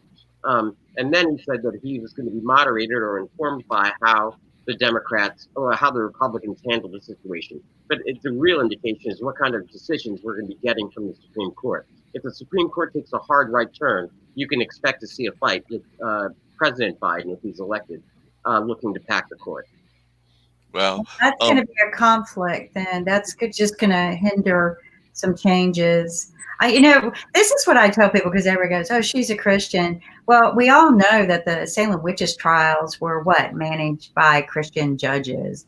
So, I don't trust a judge because of the Christian. I actually sometimes don't trust them because they are. So it doesn't matter to me. I mean, religion should not be on the table. It should not have anything to do. Nobody's religious agenda should have anything to do with any of the precedents that we set in law. I mean, I think you guys kind of talked about this. Well, it's supposed to be separation of church and state, but where we are now with this lady, and thanks, Kim. Good to see you. Same here as that. yeah, no doubt. Looking at the Roe versus Wade, obviously, my youngest daughter identifies herself as a lesbian. I got 2 girls. So right there,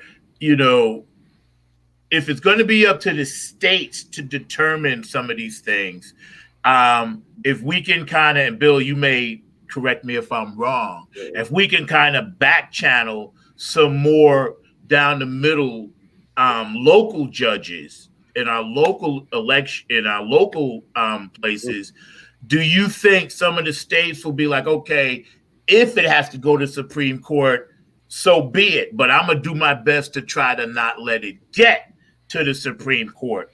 Do you think that would be a way to circumvent? Because this lady is surely batshit crazy. Okay, so we all know that. I'm gonna just put it out there. Yo, she is. She went to Notre Dame, but let me tell you something.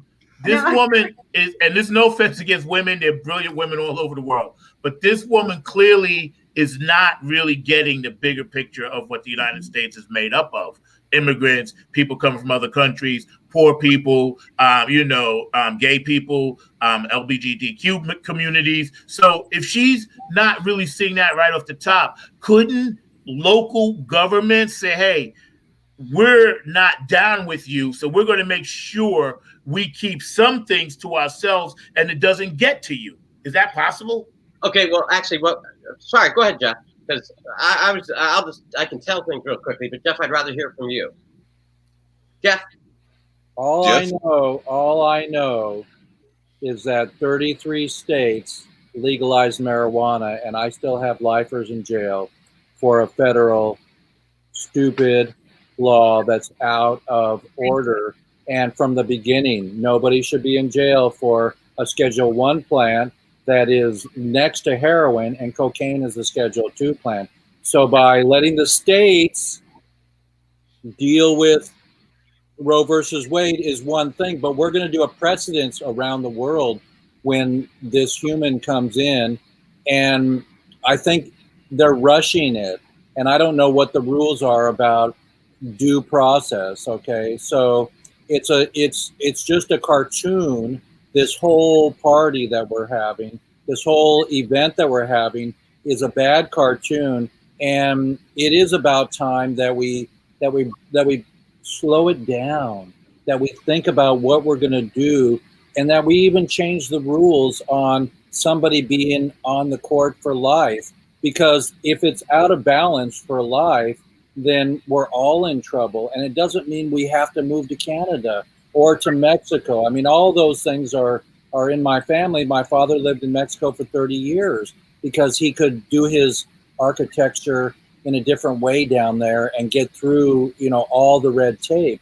But if we don't teach the children how to act in the playground, in the sandbox, then we're in really big trouble.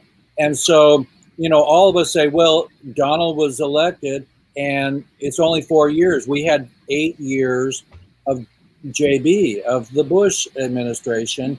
And what, you know, not conspiracy, you know, that I love, but they didn't find an airplane in the Pentagon. And all these things that are black and white to certain people.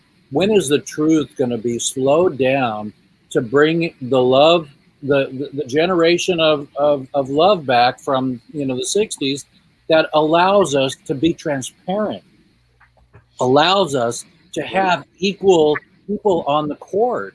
I mean, if they get more people on the Supreme Court, okay, but still, it's a dumb thing, the Electoral College. It's a dumb thing that the, you know, that they won, that one party wins and then takes away the rights of a human to choose what they do with their body or who they marry. Okay, well, Jeff, listen, on that tail piece, and it circles right back to what Zack was asking. And essentially what would happen is this, is that if the Supreme Court, they cannot outlaw abortion. They would simply be in a position of saying that Roe versus Wade, that abortion is not a protected right under, as they construe it, under the Constitution.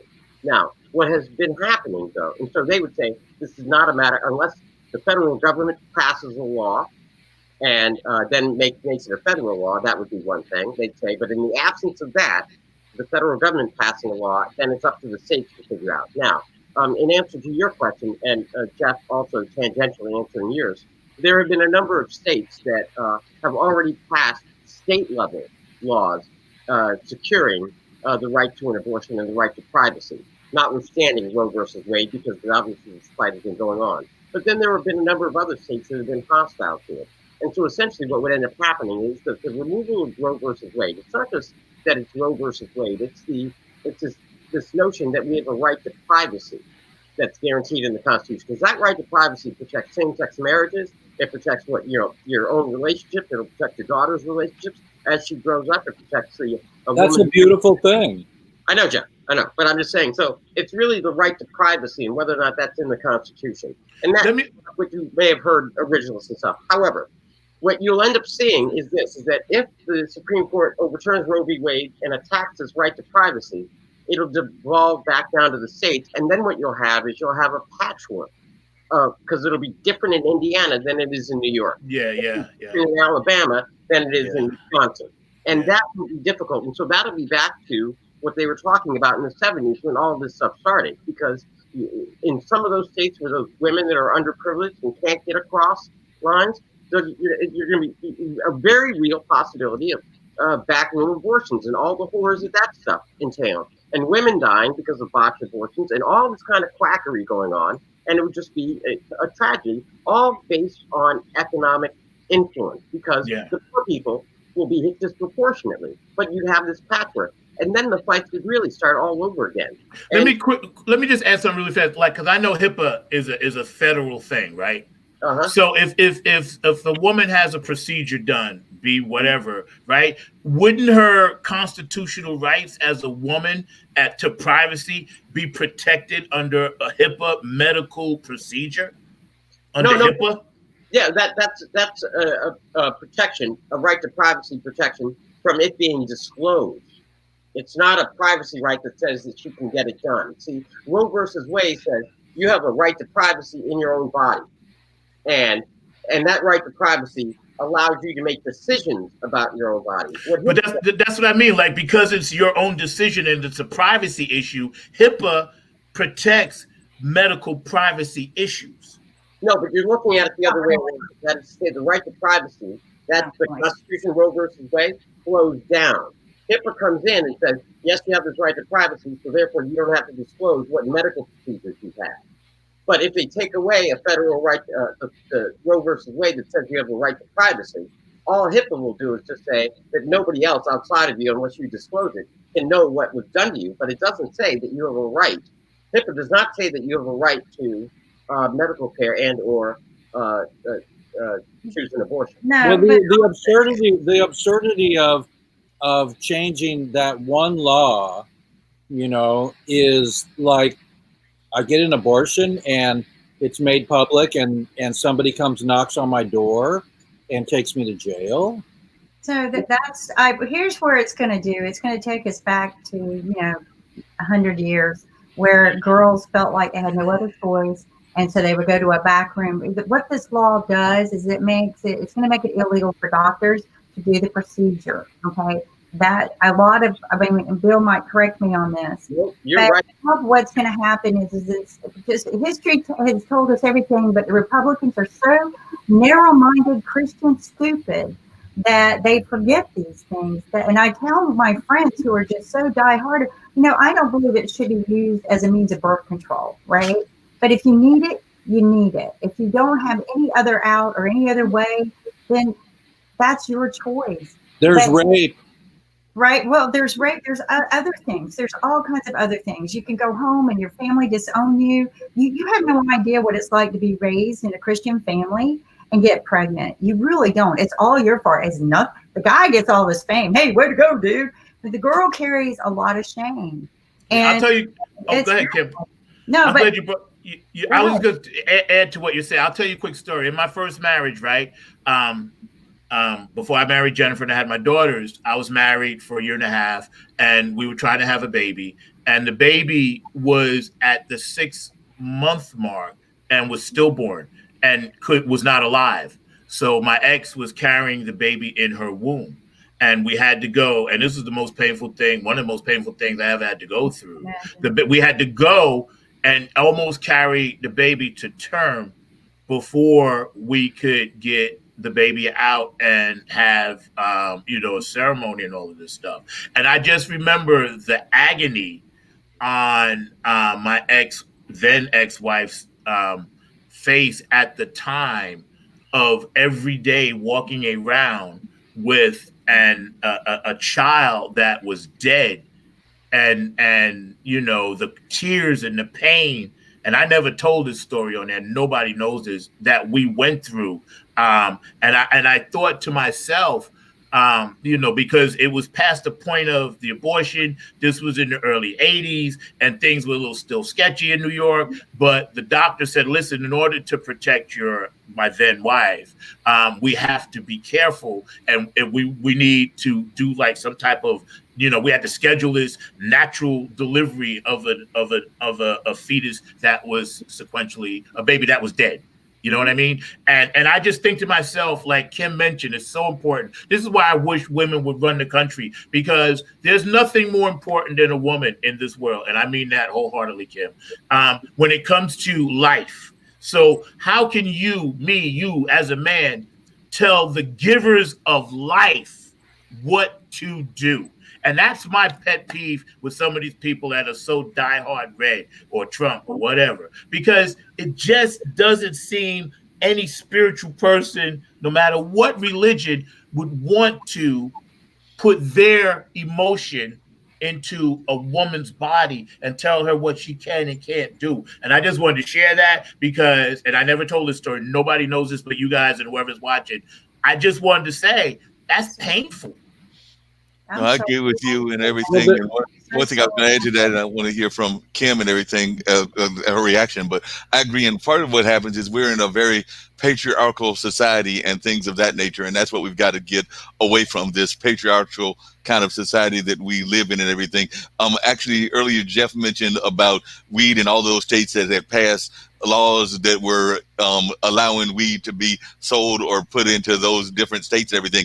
I would argue the same thing about, and I would love to hear Bill's take on this, about the ERA, because I remember the ERA was also passed by several states, and I was a big proponent of the ERA and thought that it should have been passed. But I want to say that it was passed by quite a few states as well. So I'd love to hear from both Bill and Kimberly about that. But definitely, I just remember that fight, and I remember it being a major fight, and I thought it should have been passed ages ago. I mean, I know we got, I think it's Title IX out of that ERA fight, but in terms of like true appreciation, and as Kim knows, and as many folks know, I have a lot of very strong women in my life. Like I said, my mom is definitely one.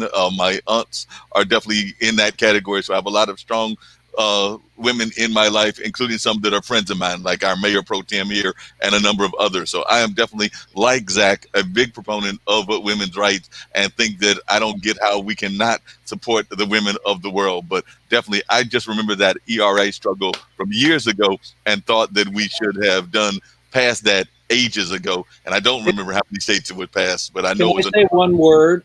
Yep. Transgender. Mm-hmm. That's all. That's a choice. Which are being attacked now all around the world, by the way, which I don't understand that either.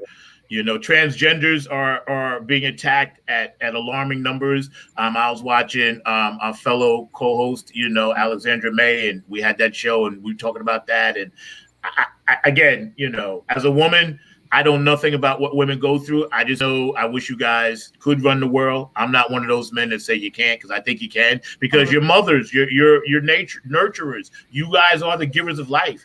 How could any man tell you what to do and when to do it? I don't get it. I just think these laws should be left in the hands of women and not women judges, because they kind of scare me. And I don't think it should be left in the hands of any Christian or religion. I think that it should be a woman's choice, and that's where the Constitution should just leave it alone. And what all this does, again, is it changes the rules, and the girls are going to have to go to butcher shops like they did back in the 50s.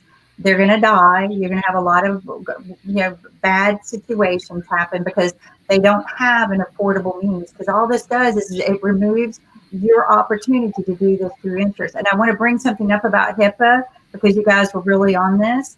A lot of people don't pay attention to this, but if I go get something done and I'm on my husband's insurance, right? But I don't want him to know what I'm getting done, right? Maybe I just want to be quiet about it, even though I'm an open person. Okay, but just say I didn't, right? Or my child who's 18 was going to college and he was getting something done. They still send the whole bill to the owner of, you know, how you have separate accounts. Mm-hmm. They still send the whole bill, whether you want them to or not, to the owner of the account. So the owner of the account is going to know every procedure, and they put every procedure you have. They spell out every procedure you have. There is no privacy. This is what I tell people. There's absolutely no privacy. So again, you know, just get over it. I was dumbfounded when I would get, you know, because I didn't want to know when my son went away to university. I didn't want to find those things out that way. I would rather want to find out with him calling me, right? But he should have had a right to privacy, and he didn't. And that was disturbing to me. I think it was disturbing to me too, because my bill doesn't come just to me, it comes to everyone. So I just, you know, I want to say HIPAA doesn't protect us like we think. And think about this, we're standing 6 feet away from the person yelling at them now, our phone number, our address. And I just realized the whole lobby could hear me, because she'll go, well, what's your phone number? What's your address? Right. You know, and you can't, you know, I can't hand her my driver's license like I used to. So, I mean, I thought about the same thing. My one take on it is the word agenda. And I have a problem because I am a reformer for nonviolent humans being in jail for nonviolence. And so the agenda word, how can one person, let alone the Electoral College, one person make that decision or be the person that swings everything for life. I mean, it's so antiquated. It's so antiquated. Marijuana should not be a Schedule I drug. It should be free, and we can make paper, fiber, fuel, medicine, and food with it. The bottom line is it's a taxable, way to complete the taxing and make money. Bottom line is that the agenda of one person coming into the Supreme Court, rushed into the Supreme Court so they can get their agenda is so 1984. It's not even 1984. I would argue it's even way back to like the 17th century. Because one of the things I was going to add that I would like to see is greater representation. Like I said, I don't care if it's the Supreme Court, the House. I know that when AOC and a number of others were elected, they talked about that was a wave of better representation in the House. And I agree with that. But I think that we need to find a way that all of our different kinds of folks are represented. So I think that that's one of the things that happens within our system is that the way it's situated now, it is still dominated by one major group. And I'm just going to put the elephant in the room out there. It's dominated by white males and things of that nature. So we have to get away from that and get true representation. And I don't know how we create that. Even the title, Supreme Court. Supremacist. I do want to add that, we need to take some of these things into consideration of how we can protect ourselves. But a lot of people were fooled by our Governor McCrory when he pushed that bill, the potty bill. I called it the potty bill, right? The bill that said that people of gender choice couldn't go into the bathroom. But did anyone read the full bill? So in the bill, he crammed, he got everybody all riled up about this one title about, I want to protect the women and the children. Okay, so first off, there was no enforcement in there, so it was kind of stupid. But, and by the way, I've been in bathrooms with men, like where the dressing room is men and then your stalls are for men and women. I'm okay with it if they're not okay with me putting on my makeup. So, touching up actually they touch up, right? You live at home with your husband and there's a bathroom there. I'm okay with it, right? I thought I was going to be weirded out, but I was there. But let me tell you what was in that bill. A lot of people don't know. It was very prejudiced if you've read it and if you know what I'm talking about, but it capped out minimum wage. So what does that do to you guys? It capped it out to like $7.50 or something stupid like that. But it capped it out so that hurts the people that are in the poverty sector, okay? And it allowed the employers, see, a lot of people didn't read this bill, it allowed the employers to be able to fire people of gender choice. It was put in there, all of these little things, I don't know what you call it, fat, or I don't know, Bill, what do you call it? But they put all of these things in there. No, go ahead. You can call them amendments, you can call them riders, but they're special interest things. But no matter what you call it, Kim, it's just wrong. But go ahead, that was your point. I'm listening. No, but what hurt is the minute it got passed, I knew people of gender choices that were getting fired because they were gender choice. The minute it passed, and this was our governor, who campaigned on being equal rights for women and equal rights for gays, and he screwed us. The sad part with what we're talking about, and people around the world are checking us out here, and we're just chilling. We're all from different walks of life, nationalities, but we all agree on some basic fundamental things: human decency and love for one another. And that's what it is. These people I need that hug today, Kim. It's raining over here. My shoulder's killing me. We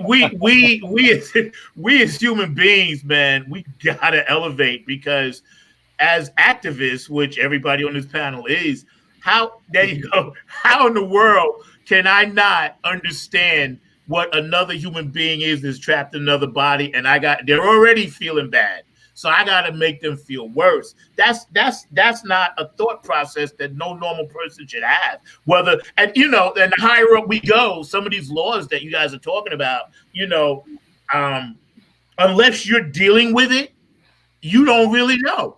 Like in New York, we seen transgender people using different bathrooms, this and that all the time. But then you go to different places in the country, right? And people like, whoa, like we lost the NCAA, the college tournament and all of that stuff a couple of years ago down here because of that. That was the dumbest thing. Because I said, when you go to a fair, it's the same thing. You all use those little porta potties. It's the same thing. You know, I couldn't figure that out. Like, where was the logic? I don't know. I mean, There was there was no logic. logic at all, unfortunately, and like I said, no logic whatsoever. And Number one thing, 9.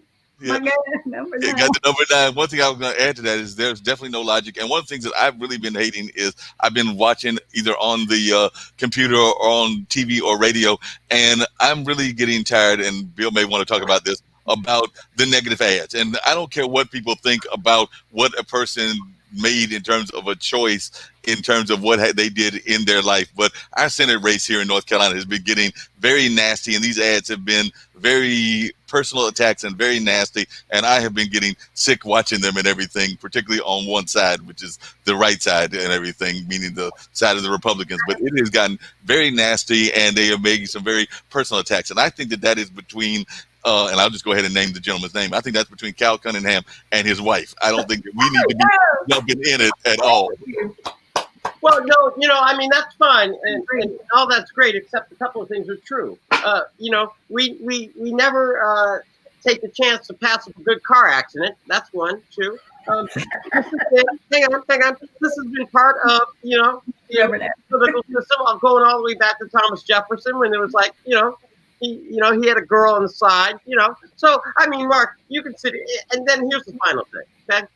Negative ads work. Because if they didn't work, I'm telling you, and I'm now reformed, but I was in that political world. If they didn't work, I wouldn't use it.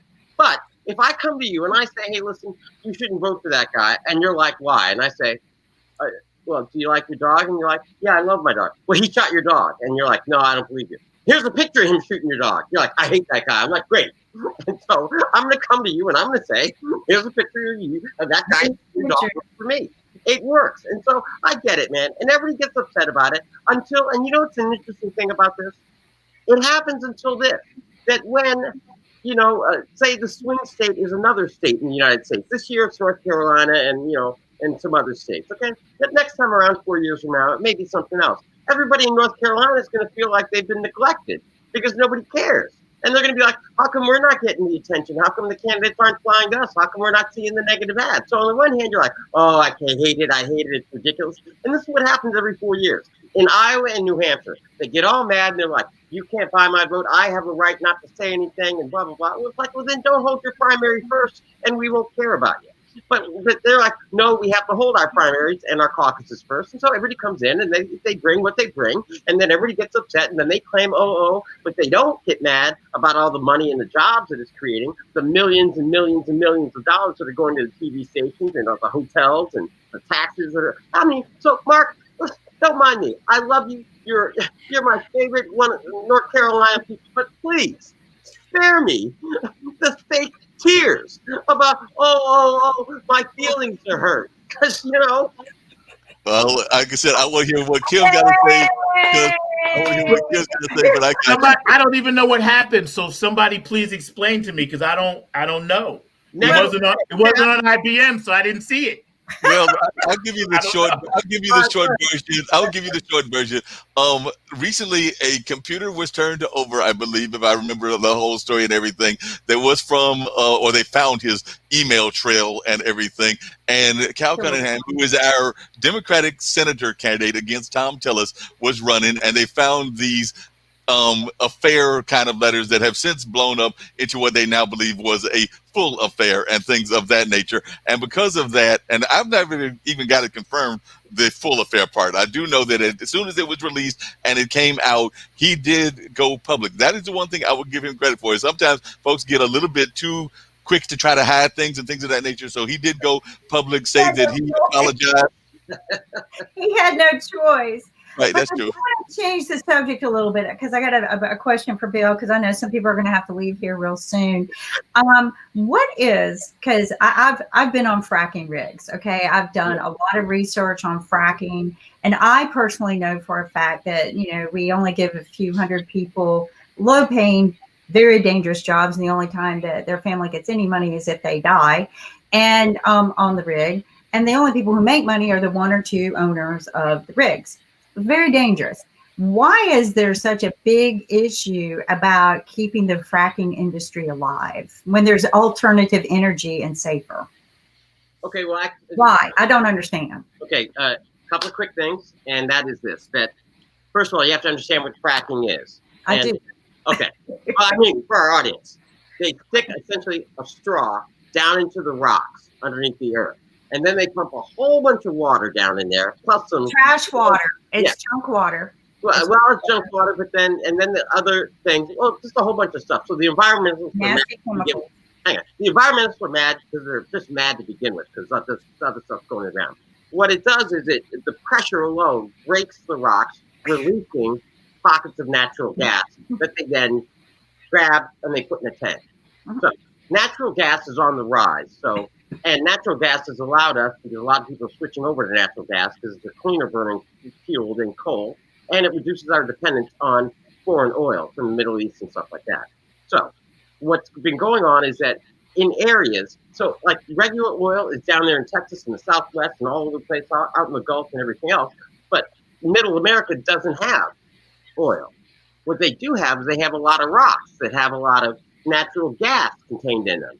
Natural gas that they can get into by using this fracking method. And so by using the fracking method, they in fact have a gas industry. And that gas industry is putting a bunch of people who live in these places like South Dakota, middle parts of Pennsylvania, North Dakota, Wyoming. They're putting a lot of people to work who would not otherwise be working. And you're right.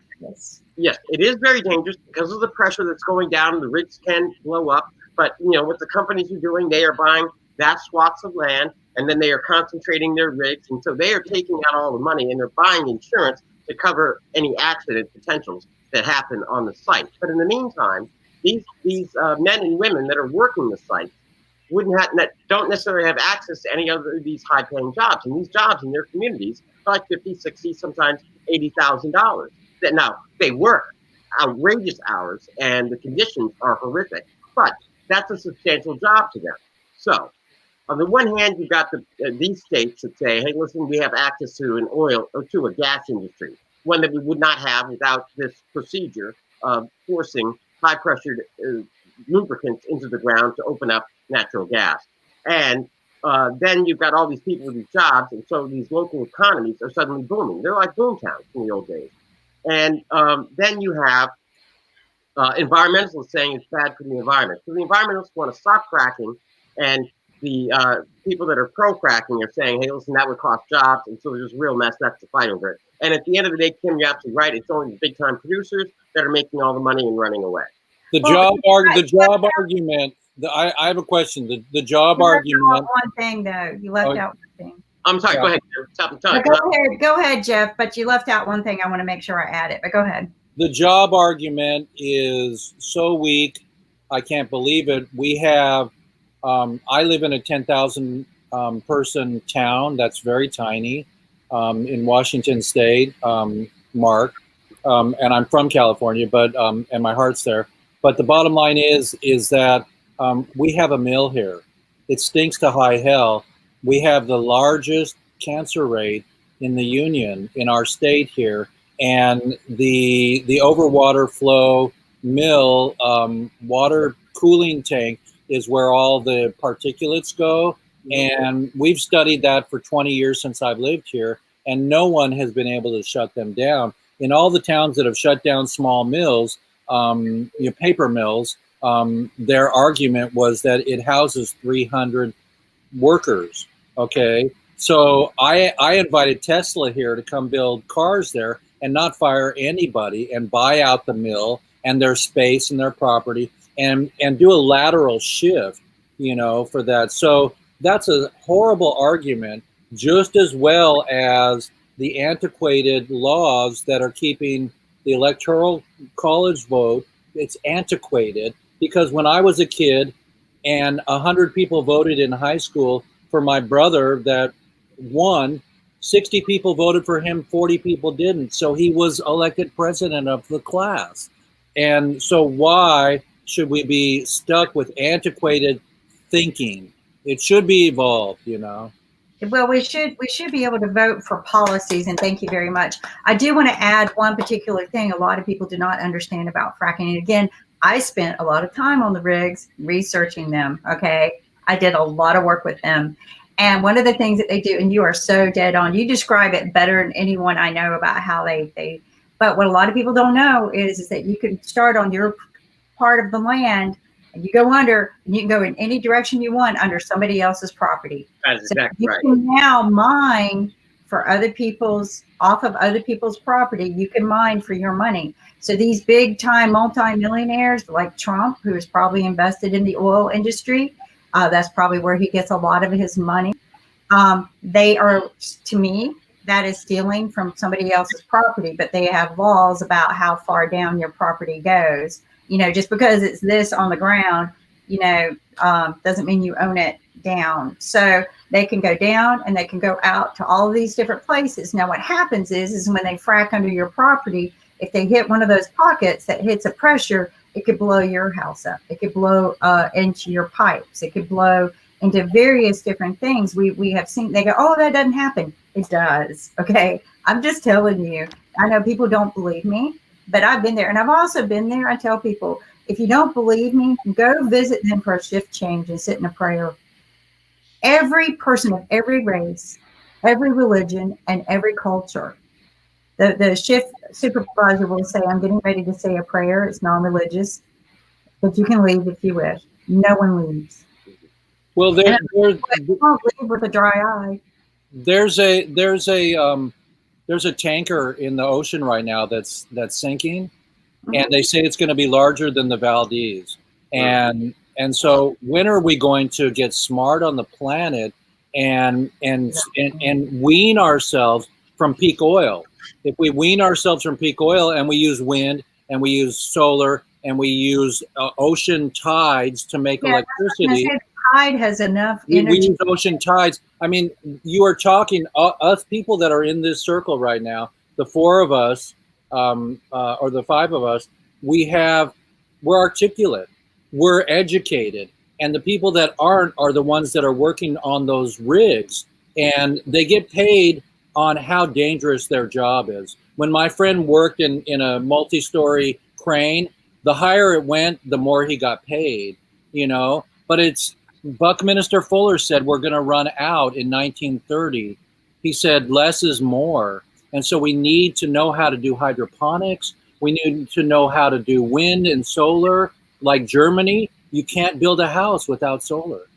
No, that makes a lot of sense. Disney, we probably would all be living the house of the future. But I will say this on the rigs, they still use the old-fashioned way of testing whether there's a gas leak. They send a crew up to the top, okay, not a canary, all right? It's inhumane to send a canary. And if a man drops, the other two run. Because if you breathe in that type of gas, just a half breathe in, you're dead instantly. So, so that's how bad it is. Thank you for explaining that. Humans. The aliens are watching us. The Palladians are going, humans, you are so dumb. Totally. And thank you for explaining, because I had no idea the whole fracking process. So, Bill, Kim, thank you, because a lot of us, like you said, you just don't know. I said education. We need to have shows like this so we can educate and expose. We can be transparent. Well, yeah, we do. That's what an open forum is about, right? The open forum is about talking honestly about what these things are that a lot of people, they I call it drinking the red Kool-Aid, right? They just want to hear what they want to hear. They don't care about the real knowledge of things. Well, I think that's the real bill. They don't. I think that's a little bit dangerous when you say they and the red Kool-Aid. We have to back off a little bit because we are all one. Bob Marley will say one. And if we say blue versus red, we're not allowing us to marry and to become compassion. True, you're right. Bill? No. But we knew what you meant, Kim. I knew what you meant. Yeah. But I just had this one piece. I wasn't worried too much about the red. I was more worried about red until I realized that I'm wearing red and I got a red jacket. Well, you are a Buffalo fan. You're not drinking the color. You are a Buffalo fan. Your bull has some blue on it. You got some blue bull. got a bunch of blue bull. Yeah, there's a little bit of red, but he's doing that Buffalo Bills thing, so we're gonna loosen up things. I did want to mention something really quickly. I had said that I was going to mention that earlier, and I do want to thank Kim through the IBM family, IBM TV family, for introducing me to Scarlett. Because, like I said, we were talking on LinkedIn, and she did then invited me to attend a meetup around virtual reality. So while Zach was having his Friday with the Funk family, I actually had the pleasure of getting a lot of folks around the virtual community and things of that nature. So it was really great going to that event, meeting a lot of the folks that are in the virtual reality kind of realm. And I would have never known them if not for IBM TV and meeting Scarlett through Kim, because I do know that she is a friend of Kim's as well. So definitely, I just wanted to thank you for that, because like I said, I met a whole lot of folks that I understand are having conversations about doing stuff here, because I met, I think his name is Praveen, and Scarlett, of course, invited me, and there was a number of other folks, but they mentioned that we are looking at doing a virtual thing. And I also know we're doing other events. Of course, we did the Peace Day. We helped Jeff with his thing on the wildfires. And I understand we have an event tomorrow. And I just want to let folks know that if they've got an event and they would like to have the event aired, to get in touch with Kim or Ankit. So get in touch with or Bill, any of the folks here, because that is how we can get these events on. So I think the new email is kim@ibmtv.tv. So definitely, I would definitely put that in there and everything. See, I did my research. I found out. See, Kim was amazed that I got the right one and everything. So it's kim@ibmtv.tv or bill@ibmtv.tv. or nick@ibmtv.tv as well. So definitely any of us that can be reached. You can also reach me at bluesradio@gmail. So all of them can be reached, or a number of other folks. So if you got an event, then let us know, and we'll try to have it here on this platform. But tell us about what we've got going on tomorrow with the fine folks in Switzerland, I believe it is. So we've got a big event going on. It's a venture capital summit. I don't have access to the intro. I wish I did.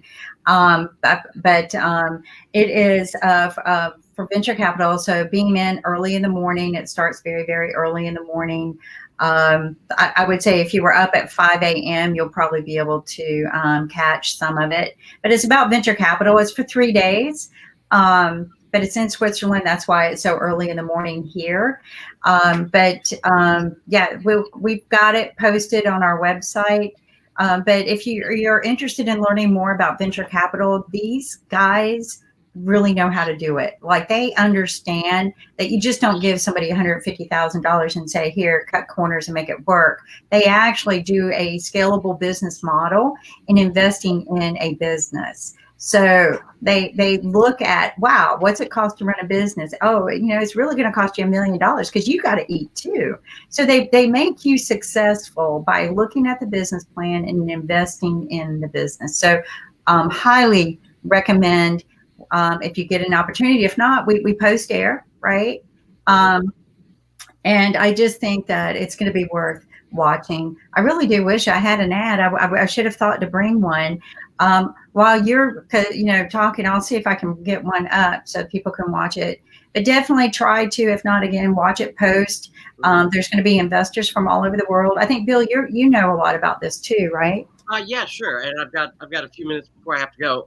Essentially, it's the strategic impact investment program. And what they look to do is that, when you think of like traditional venture capitalists or investment groups, let's say you're a startup or you're a company that's got a great idea and you need some funding. You go, and normally these investors come in, like on Shark Tank or stuff, and they say, okay, well, what's my ROI, which is just initials for return on investment. And so let's say, Zach, you're the guy that needs the money and I'm the guy that has the money. And so you come to me and I give you a hard time. I say, okay, well, listen, I see you got this new doodad and it's a great widget and blah, blah, blah. Fine. I'll give you $10,000 if you give me 80% of your company. Right. And you're like, on the one hand, you're torn between, hey, listen, 80% of my company, I came up with the idea. What's Bill doing? He's just trying to buy his way in and steal all my stuff if it's a good idea.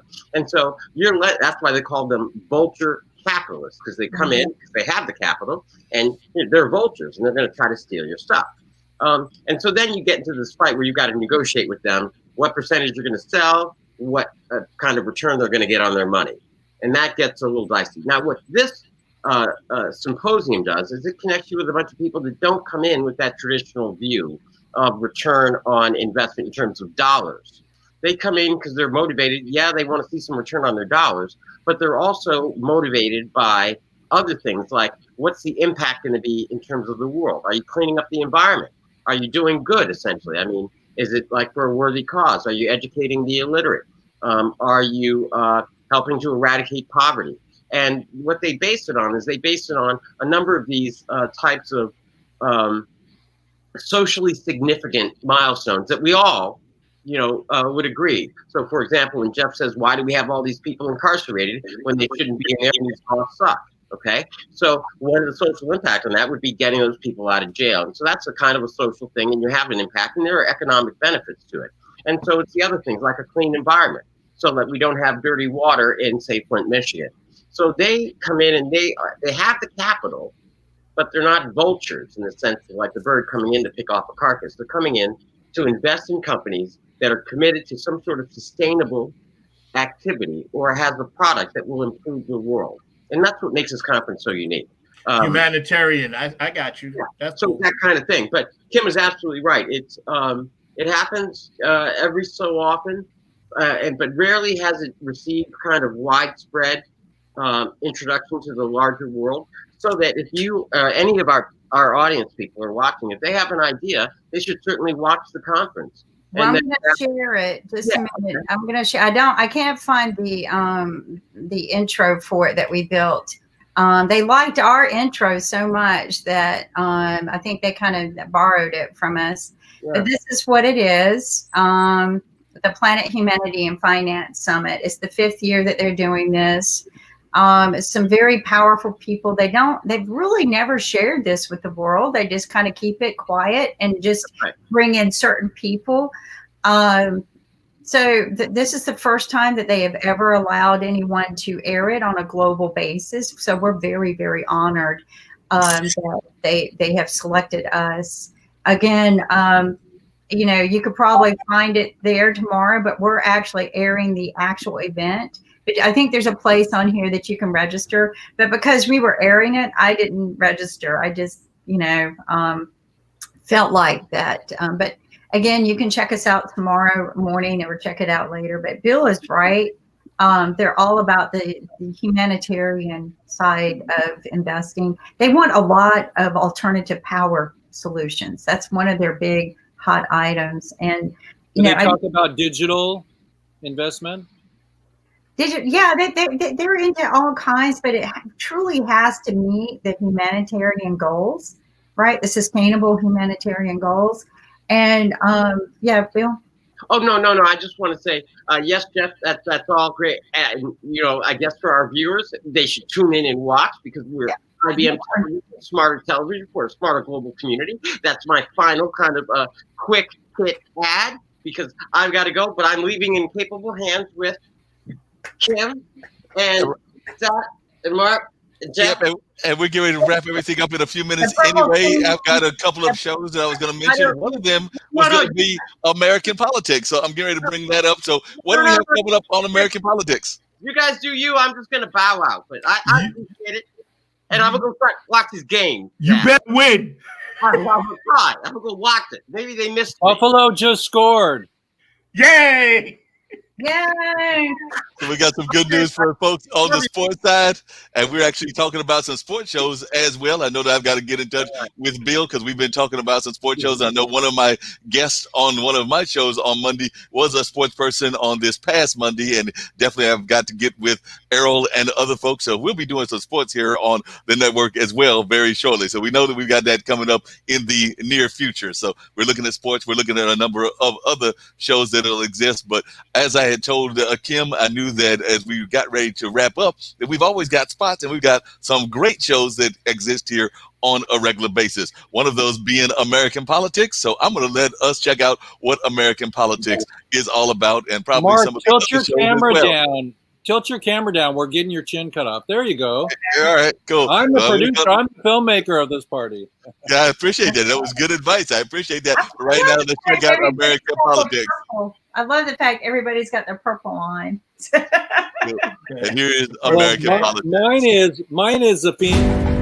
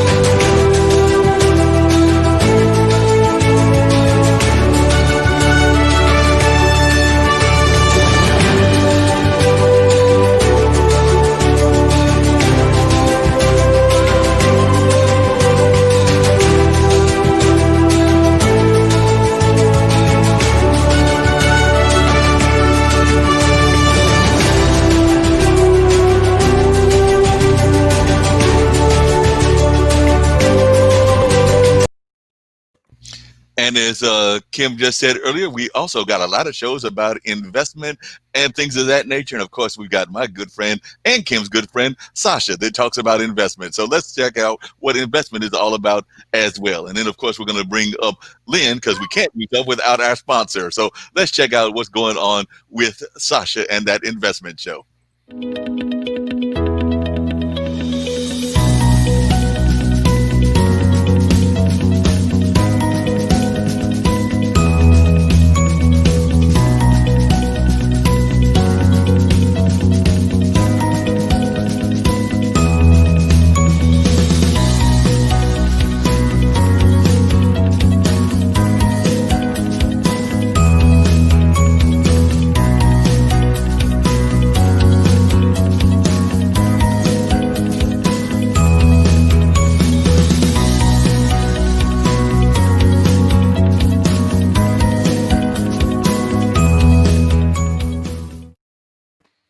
Before I get to Lynn and our main sponsor, the Dollar Store, I did want to find out from Jeff, what do we have going on for Weed Wednesday? I know I'm already talking to some musicians, some entrepreneurs, and a number of other folks for the shows that I do here, including the two that are on Mondays, that being, of course, the radio show with Mark Lee and Mullins Music and Memories. And, of course, I've already planning, and Kim will be glad to know this, another full online dinner party because we got our mystery guests coming on, and then we've got another education forum because I know we got a lot of traction from what I understand with that education forum, which I did with Nancy earlier, and she's already putting together a team of educators from around the country to see about doing another forum, and I think we're going to try to do it on the day or the weekend after Thanksgiving. She actually came up with a good idea for the dinner party, which is that I maybe want to do a show around giving to our nonprofits around the world and around the country. So I think I'm going to do that on Thanksgiving weekend or that Wednesday before Thanksgiving. But that being said, Jeff, what you got going on for Weed Wednesday? I know that's coming up. And of course, folks may be interested in what you've got going on for Weed Wednesday. Well, the declaration was written on hemp paper. Yes, that's right. This is my hemp declaration that I have. I've had this for a long time. And it was written on hemp paper too. And a lot of people don't know that. And we could be making paper out of growing hemp rather than tearing down trees. So, you know, there's just so much to learn that we're not doing everything we possibly can. So yeah, so this week we're gonna focus on hemp and the absurdity of people being in jail for what, you know, our forefathers. There was a law once that said you must grow. The farmers needed to grow a certain amount of hemp, and all of the military outfits were made out of hemp. All the sails on the boats were made out of hemp because hemp is antimicrobial and it doesn't mildew. So that's why they made sails out of it. Now they don't use it anymore because it's too heavy, and they have microfibers now that are much better.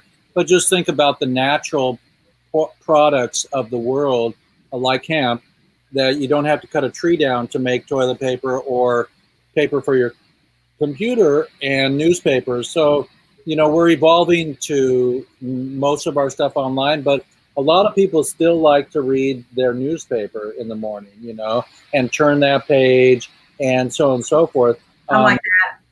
Yeah. But I had to give up reading the newspaper. My doctor said it was killing me. Yeah, it was a lot of stress, and I know a lot of people are having that stress of reading the newspaper and all that. Yep. Coming up in a few minutes, and probably in about 8 minutes, we're going to have Alexandria May. And, of course, she does an amazing show. Of course, many folks know that I'm a big fan of hers in that whole singer-songwriter community because she has folks from both Africa as well as Nashville and throughout the world. So we are always glad to see Alexandria May's Music Cafe. It is a great show. And, of course, one of our favorite shows, and I'm going to bring that up as well, which is Talking Upstream. And of course, we had the other Zach, the West Coast Zach, on. So I'm going to bring that up right now so that folks can check out what the show is all about.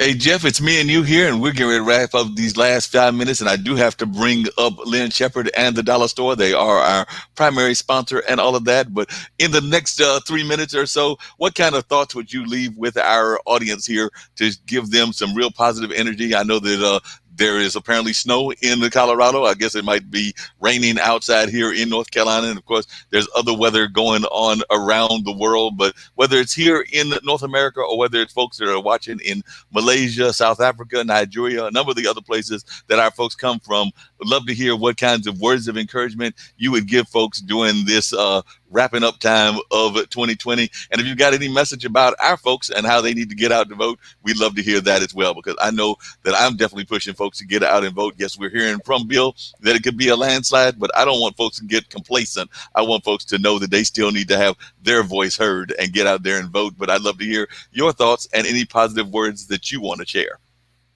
Well, positive is great. I heard that there's an ongoing news network called GNN, G as in God, or as in good, and so there is, and this is a true thing. So everyone go type in GNN News Network instead of CNN, and it's the Good News Network, and it's all about the good news all the time, because there are things that are happening, there are evolutions in life. And if we go back to our childhood, we remember how free we were, we remember how carefree we were, and we remember we believed in magic. But as we became adults and the Tooth Fairy became, nothing, and Santa became nothing, and, we stopped watching The Wizard of Oz, I say, tell everybody, please, my favorite movie for children is Mary Poppins. And then they made Mary Poppins 2. So my words of encouragement and 2 movies of the year are those 2 movies for small children. There's not one bit of violence in those movies. There's not one bit of blame and shame. And then the children grew up in the second movie, and they had children, and the new Mary Poppins came, and the old Mary Poppins came, and it was brilliant, and they had fun with their nanny. And so I believe the Good News Network and Mary Poppins are my medicine tablets for the week. Sounds like great medicine tablets. The one thing I will mention about the Good News Network, as I recall, we teamed up with them and, of course, the folks here at IBM TV, and I believe there was one other organization as well. And, of course, that's how we got the International Peace Day thing going on, and that was just an amazing event. And I agree with you that we need to have more good news and more positive thoughts out in the world. But, of course, we've also got to have our supporters as well. So in this next couple of minutes, I'm going to bring up Lynn Shepherd and the Dollar Store, and then we're going to wrap everything up with maybe a word of a second or two after that. But right now, let's see what's going on with the Dollar Store. Hi, my name is Lynn Shepherd. Our family owns an online dollar store, family.dollarstore.com. We have over 4,300 items on our site, quality items, and a lot less expensive than you might find wherever you're shopping, including on Amazon. We deliver for free if you spend $25 or more. And we also have a gift token program. Now, gift tokens are just like gift cards that you would get to shop at CVS, Target, Macy's, or a lot of other stores. And when you sign up to become a customer, you immediately get $5 worth of gift tokens to be able to use before you even make your very first purchase. So we encourage you to sign up to become a customer. We are here because we are supporting a not-for-profit, Money Masters PBS. Money Masters PBS owns IBM TV. Now, the mission of Money Masters PBS is to narrow the gap between poverty and financial sustainability. That's right, narrowing the gap, and that's something that we do here regularly, is try to find ways to bring in some very important issues and thoughts from around the world. And we do a great job of that here on IBM TV. Glad to be a part of the team, giving you all kinds of great programming and things along that line. But right now, I'm going to sign on off and let Alexandria do her thing, as well as my friends from Talking Upstream. I know that that is always some great and amazing conversation. And of course, as usual, we wrap up things here with that ambassador who gives you some great advice on what you should be doing in terms of hand washing. And of course, I know Zach always mentions the hand sanitizers and a number of other things, but our ambassador does a good job of talking about that as well. So let's see what she's got to say, and then we're going to get this airplane on out of here. Corona virus से कैसे बचेंगे? Hand और ऐसे अपने खांसी जब आएगी तो ऐसे करेंगे अथू अथू और कोरोना वायरस को धन्यवाद हमारा म्यूजिक सुनने का। And like I said, it's time for that airplane on out of here, and we'll catch you on Monday with some more great programming. But, you know, I'll probably be checking in and making some comments doing the other shows that we've got coming up, that being Alexandria May's Music Cafe at 3 o'clock. And, of course, at 4:30, those fine folks from Talking Upstream.